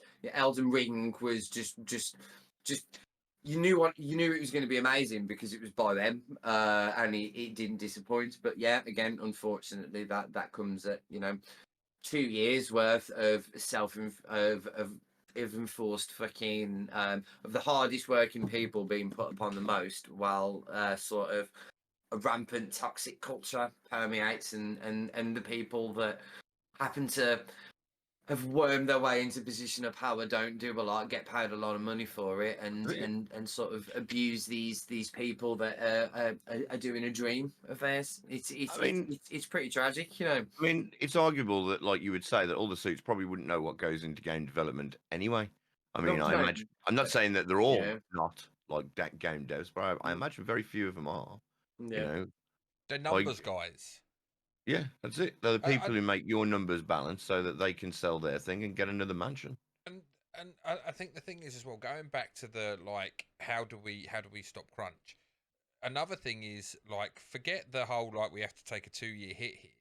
Like, best practices fall down in every industry. Yeah. Like, we'll go back to the like suicides. Who remembers the stories of the Apple factories? Like having to put nets around their building because workers were literally walking to the roof to launch themselves off. Like, best practices are a thing that have like it's a joke in a sense. Depending on where, what country and everything you're talking about at any one given time. And while there's, there's so much going on, and I think we've all become a bit blind and numb to it all. Like you say, it is just like it's almost like you could say to it, it's like the next game's coming out. You say there's too many, but it's like we need that fix. We need to get it as gamers, as consumers of anything. You could say, people who have to get the newest iPhone when it comes out, or people that need to go and have to watch the new Marvel film. Like, care about the process that's gone into it. In a sense, they just No, not need at all. it there, then, and Yeah. that's why, like, it's most of them, and that's why, like I say, you say the number 10%. Like I'm even like 2-3% probably. Yeah, probably. Like, and you think like so 2-3% against 98-97%. Like it's never, unless you want to bring in a regulatory body, which will never happen. No.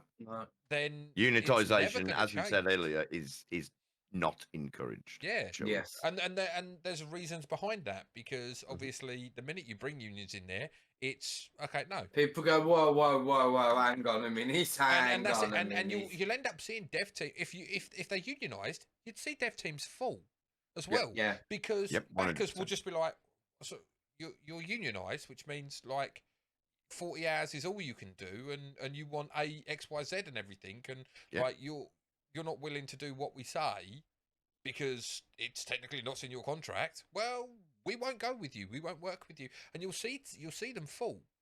And it, and that's the scary thing. Did you hear about fucking Telltale? Like who Telltale developers are. Bad. Yeah. Let me tell you, TJ, just to burst your bubble quickly. Everyone has done crunch. No, I know. I will tell you a sec. I know that. The first recorded bit of crunch, just to give you a little bit, was in the 1980s. Atari. We all know Atari. We all love Atari. Yeah. Right? So released an Atari 2600 port of Pac-Man. We all love Pac-Man. Right? So as quickly as possible, had programmer Todd Freer working 80-hour weeks over the course of 6 months before its March 1982 release date. Can I just want to think here something that's going to be really interesting, and I wonder if it probably won't even come up, but it'd be interesting to see if any of this comes up. Have you seen the trailer for the Tetris movie? Yes. Now I know obviously it's going to be based around the fact that he's a Russian developer, and obviously the Russians not wanting their stuff, and all that, and how the guy Taron Egerton plays the main guy. Got into Russia on the secret, and they were then following him and his family. But I wonder if that's going to touch on anything about how he was the developer was in a kind of way a crunch to kind of push this, get it out, just do whatever you can, just do the I ain't worried about you. Don't ever think about seeing your family or anything. Do you know what I mean? It'd be interesting to see if any of that gets put into. I definitely want to watch that film. It does look good. I thought the premise was terrible at first. We're making a film about Tetris. I was like, okay, that's boring. No, I thought that was. There was quite it looks very, very close. Because I didn't know the history behind Tetris. And obviously, there's a really interesting history behind Tetris. That's it. But yeah, sorry, damn it! I'm going to be singing the fucking music in my head first. I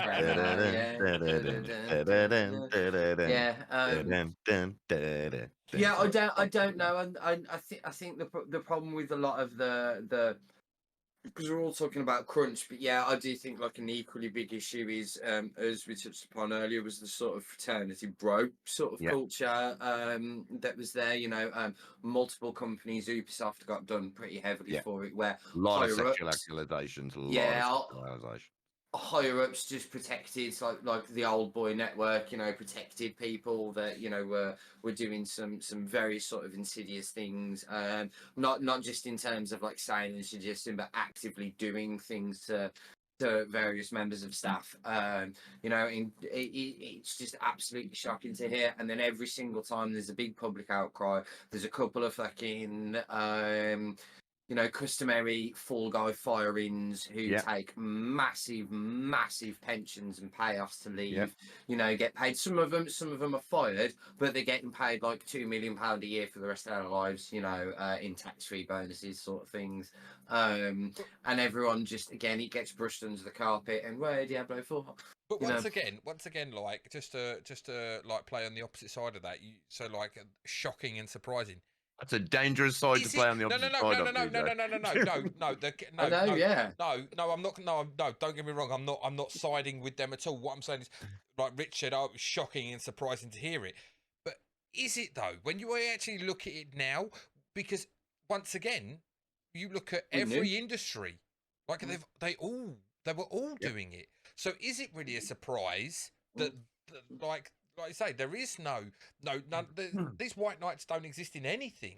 Like you look at the movie culture and everything, and the Harvey Weinstein stuff that came out. It's the whole casting couch thing. Just to touch on that, so you know that film Rust where that lady was shot? Oh yes, they're continuing to film that. Well, they're charging. Oh yeah, but like they're like manslaughter, aren't they? Like they're going to continue to film that film. They're going to release it. And bad taste, but it will probably generate more publicity because of it. Yeah, because people will be like, "What? Oh, what was it? I want to see that film. The film that that woman got shot on." Because it's like I liken it to like rubberneckers on a carriageway. There's an accident. Yeah. You're like, what's going on there? And like, how many times have you sat in traffic and the accident ain't even on your side of the carriageway? Yeah, I know that. It's on the other side because we're all nosy fuckers who want to know what's going on over there.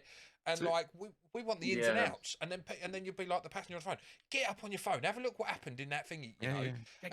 And it's the same thing with like, people will be like, oh yeah, I heard about that Rust film and that woman got shot. Should we go and see it and see what it's all about? Yeah, see what the horror is. Yeah. You know, it's her husband. The lady who got shot. It's her husband who's the producer on the film. That's what makes it even crazier to me. So that's nuts, man.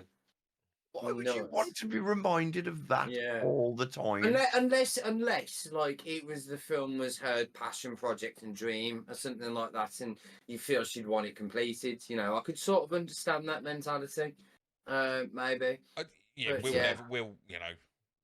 Whether that may well be the case. To be fair, but we'll never know. I just hope it's not, that it's got to make its money back. I mean, those things are insured, so like it'd be no money lost. They just, I don't know. Yeah, I've said a million times, unfortunately, and in terms of shady development practices, like we were talking about last week, in terms of aggressive monetization, in terms of duty of care, right down to how the development studios are structured and how they operate and perform, and the duty of care to their employees, like they're not just failing on their duty of care to the consumers, they're failing on their duty of care to the employees as well. But unfortunately, while they continue to be rewarded through, because video games generate more as an industry than the entire Hollywood industry and the entire sport industry combined, like every year, which is insane. Going from, especially coming from the sort of age we're at, where it was very much like, as we spoke on earlier, it was very much a niche sort of hobby, and it was you were a hobby, geek and you were outcasted because you didn't play football. No, video games are an intrinsic. Video games are as casual a part of entertainment and media as TV. I don't think anyone can really actually say gaming's a hobby at this point. It's a lifestyle thing. Yeah. Whereas like when I was young, gaming was very much a niche hobby. In terms of like tabletop miniature games and stuff were a niche hobby. Whereas now they're becoming into the forte with like, Henry Cavill and 40K and Stranger Things and D&D and so on and so forth. Yep. I mean, so much so that me and TJ stream on a whole platform that is made up of millions of streamers. Yeah, there's like 3 or 4 million streamers on Twitch, I think, at this current moment in time. Yeah, but the unfortunately, while they're making stupid amounts of money, despite the fact that we're all aware of these issues, nothing is unfortunately going to change. Like TJ says, the only way it's going to change is if there's like a regulatory body across the entire industry. So you'd need like a meeting of you'd almost need a committee of Sony, Microsoft, Nintendo, and Valve. And we'd have to start out in Epic. Any sort of game storefront would have to. Well, yeah, that'd be I think in terms of like those are your general market leaders, and I think you can. I think you can negotiate. Maybe not Epic these days. Maybe Epic's probably the exception, but the rest of them, I feel like you can negotiate through the platform holders. Sorry, can you just expand on why not Epic?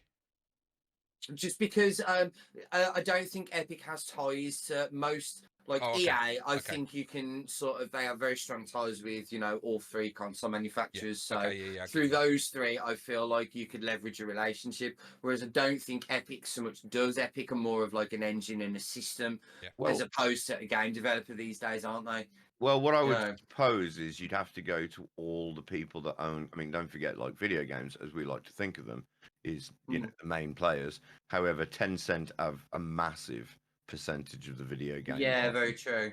Very true. Another company that I can't quite think of the name, and I am just trying to quickly look it up as professionally as I can, because there's a whole pie chart where you can see like every video game company that you think and you think, oh, they're probably just an independent thing, is usually owned by a big mega corporation. Oh yeah. No, that goes through. That's the scary thing is you start looking at like there are certain companies that own literally everything. There's two big American ones that own everything, and Tencent, the sort of up and coming one, aren't they? What was it you brought up that you said to me in the Discord channel the other day? Someone owns like 60% of something. I was talking about Disney because we were talking about streaming services. Oh, that's right. Yeah. So so we were talking like who owns Hulu? Yeah, Hulu. And like Disney owns Hulu's 60%. owned by Disney 60%. It's Universal's like 20%, and then somebody else for the rest. So and by streaming services. Like that across like when you look at car companies and stuff, you're like, oh yeah, like Fiat don't own Fiat. Like Fiat are owned by Ferrari.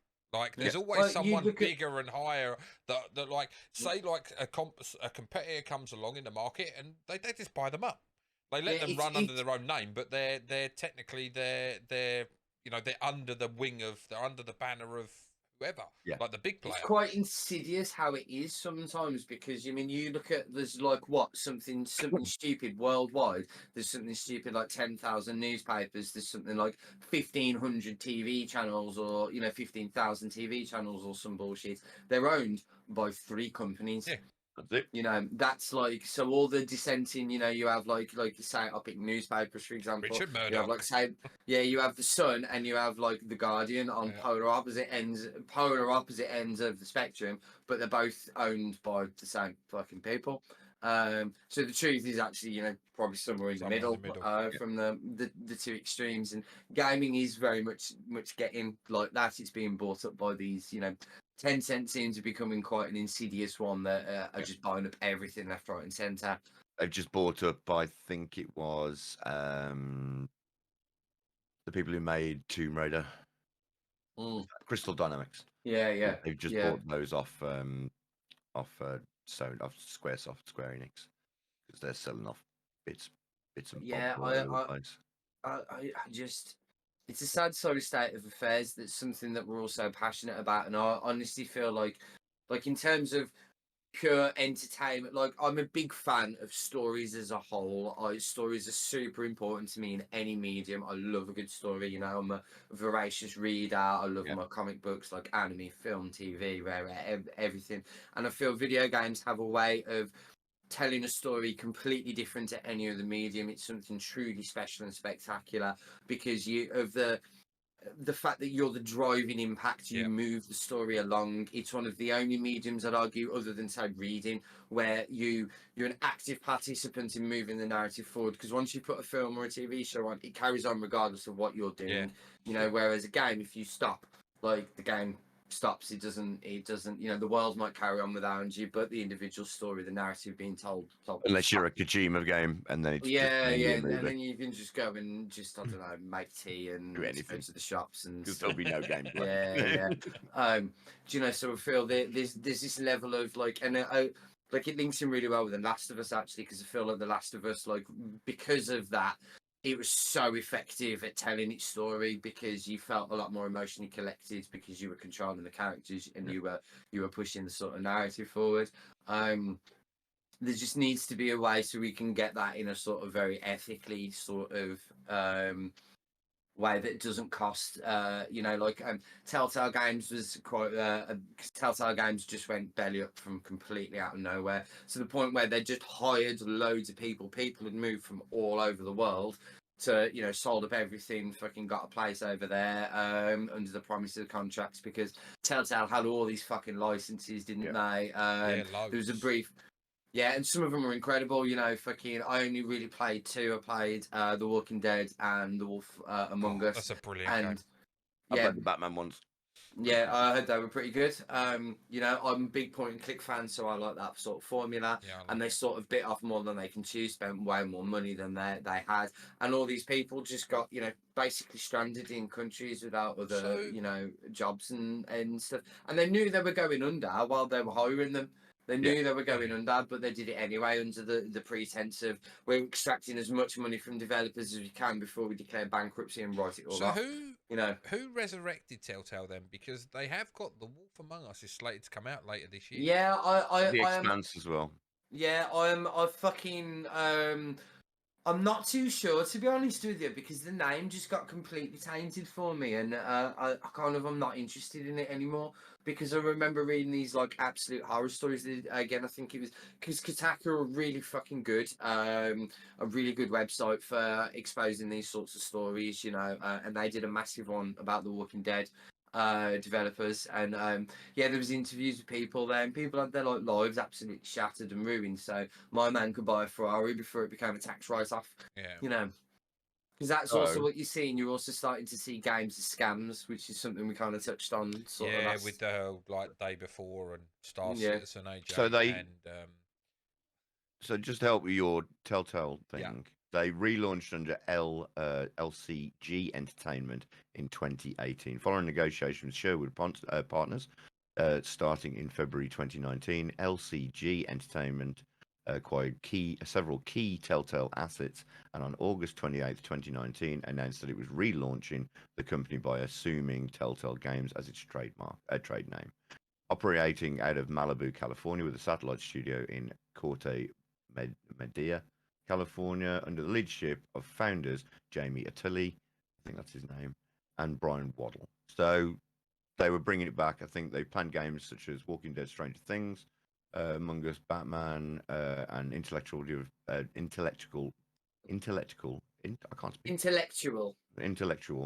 property of Puzzle Agent. They announced Wolf Among Us 2 at the 2019 Game Awards. That's due this year, apparently. Yeah, I had heard that. The first one was fucking phenomenal. I loved the first one. Loved it. Well, I'm like, I actually enjoyed The Wolf Among Us more than The Walking Dead, just simply because I'm a far bigger fan of Fables than I am The Walking Dead. It was the first Telltale one I played, to be honest, and it's brilliant.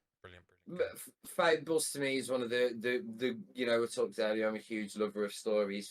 Fables is in like my top 10 list of comic books, and as I'm sure you've probably gathered by about now, I have read quite a lot of fucking comic books. Yeah, a fair few. Yeah.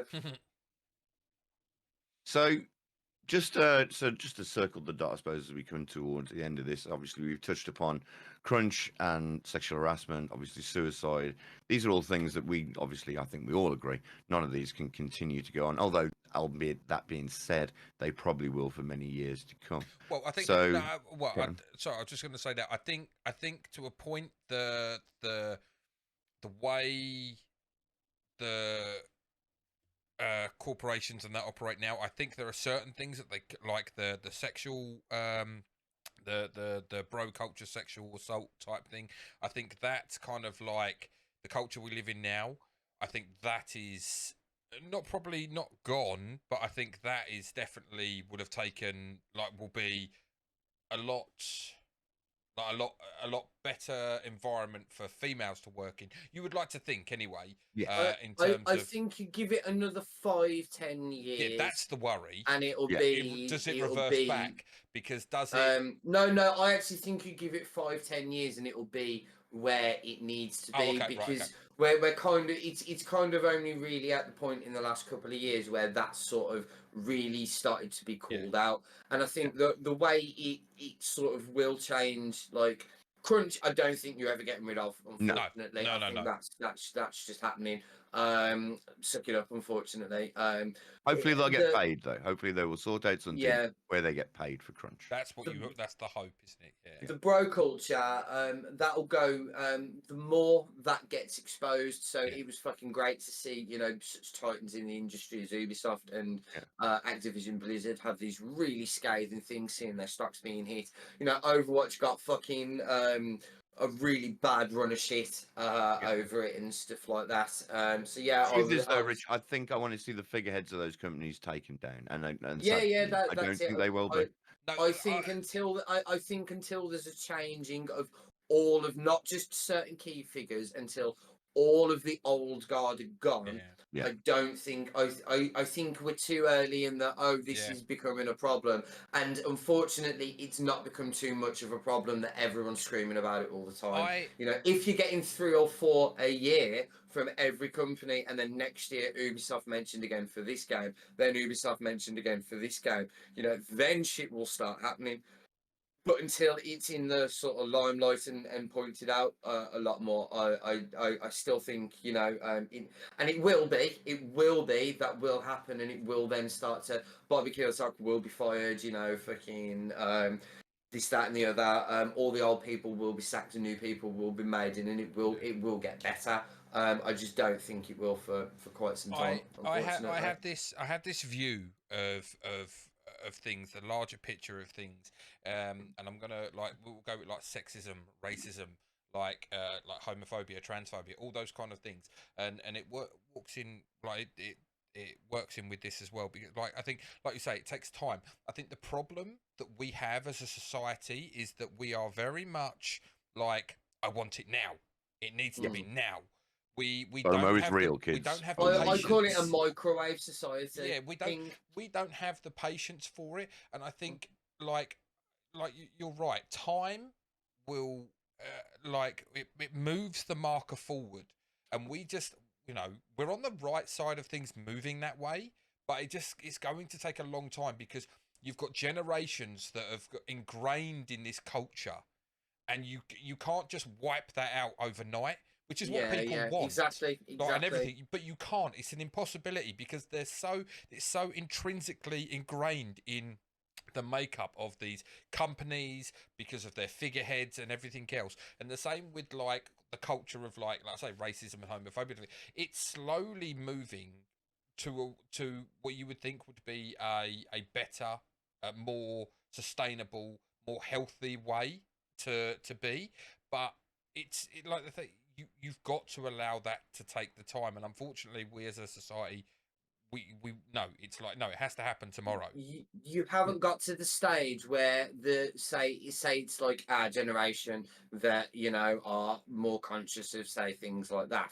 You haven't got to the stage where our generation are the high enough ones yet. It's still like, because it's sort of, as you go up a ladder, like I've been working a lot more corporate recently, you know, as you go up the ladder, it is a generational thing. You know, the starters are the youngers, and then the you know, as you go up the hierarchy, there tend to be the, you know, you get the exceptions, you get the young maverick, don't you, that swans the way up the chain. But it is like the top guard are the oldest generation there, and then they get replaced by the next lot. So I think in terms of like 5 to 10 years, when the sort of the older generation has kind of been removed from that, or I'm not even specifically pointing, but the older generational mindset has been removed from that. That's when you'll really start to see the change, and it'll only get accelerated the more it gets exposed, and the more people sort of, not just when it gets exposed, the more people take action.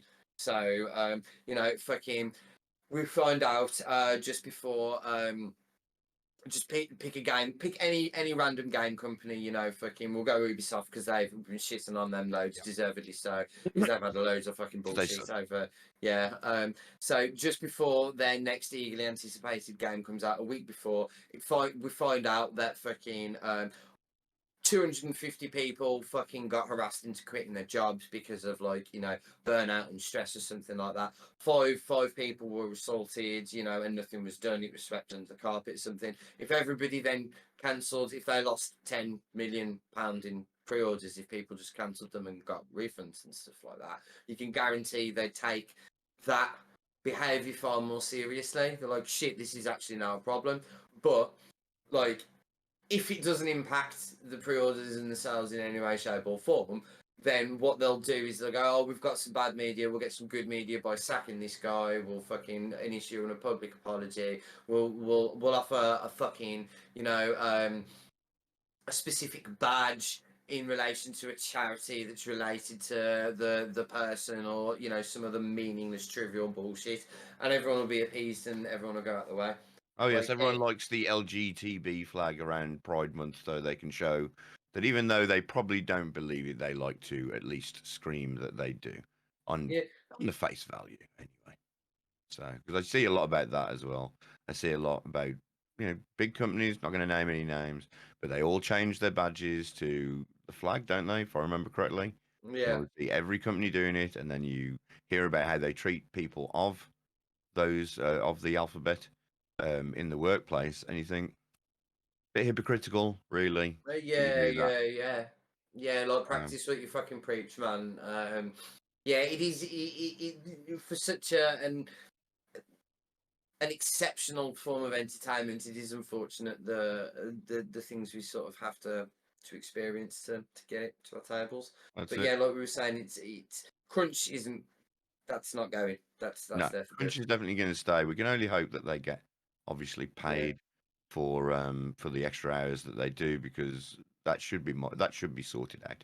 And I know people That would should be argue standard, right? exactly. Yeah, 100%. They'll argue the hours you're fucking paid, man. that's it, but they'll argue that there isn't money in the budget, and it's like, well, increase the budget then.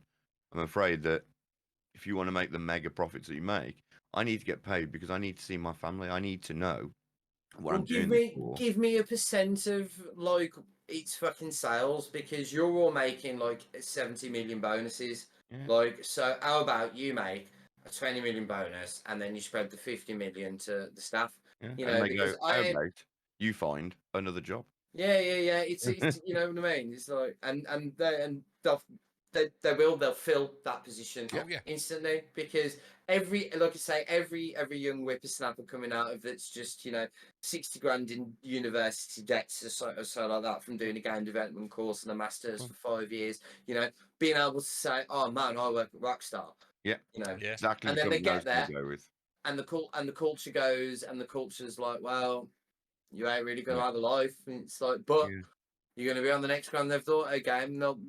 They will, because it's the dream. That's not always the case, man. There are a lot of people that don't even get credited on the end credits of games, and that is something that why just game companies tell me why did they work on it? Look how much they shit on. It's really funny because this always seems to happen when we're trying to wrap up, and then it's just like, fucking little boy. How Mick Gordon was treated by Bethesda for the Doom soundtrack. You know, he got absolutely slapping soundtrack, by the way. Which is an absolute crime against humanity, because Doom Eternal has like one of the greatest soundtracks for a video game like ever. It's fucking extraordinary how good that is. And they just screwed him, didn't they? They screwed him. They didn't use his masters for it. They lied about it. They were real fucking weasels. Apparently there was like there's a whole documentary about it, and apparently they were super difficult and hard to work with. And all he's doing is like, dude, I just want to make awesome fucking music for your awesome game. That's all I care about. But why are you making it so difficult? Like, because I honestly, like, as a fan of like metal and stuff, TJ, like, if you've played Doom Eternal, I haven't. No. Like, if you haven't, I'll send you some tunes, man. Okay, Good lord, it's disgusting. It's so outrageous. It's so good. It is really, really good. Really good soundtrack. It fits the game as well, doesn't it? Like, really well, man. Like, it feels like every beat is the shotgun blast. Anyway, going slightly off topic a little bit. Right, so. Just so I am going to sort of close it up there, guys, if you're all okay, unless there's any more words that you guys have got to say on the subject. the long and short of it, I think, is fuck crunch, fuck all the mispractices that go on in the gaming dev company. I'd like to say that I would vote my wallet, but unfortunately, I'm a sucker for a video game as much as the next man. We can only hope that these practices, as discussed, change over time. Because they have people should never be mistreated in their job, especially not to the point of sexual or assault or anything like that. That's just abhorrent. You should not do that. I don't know how they got away with it so many years. I suppose fear of someone's job and their livelihood is such a great thing that it will make people be quiet about some of the most worst conditions that I've ever heard of. Right, so as I always say at this point in time, I have been Firefly Zero, otherwise known as Jay. You can catch me on Twitch. I've been joined by, of course, Rich. Live Convoy on Instagram. Peace out. And TJ. Yes, at the proper TJ on TikTok, Insta, Twitter, and YouTube. And you can find me on Twitch at the proper TJ. I stream on a Monday, Wednesday, and Friday. Right, guys. So this has been the opinions of the uninformed. See you later, kids. See ya. Let me break it all down for you. I ain't never giving up. I ain't never giving up. Taking that crown from you. I ain't worried about you. I ain't never. So let me break it all down for you. I ain't never giving up. I ain't never giving up. I'm taking that crown from you. I ain't worried about you.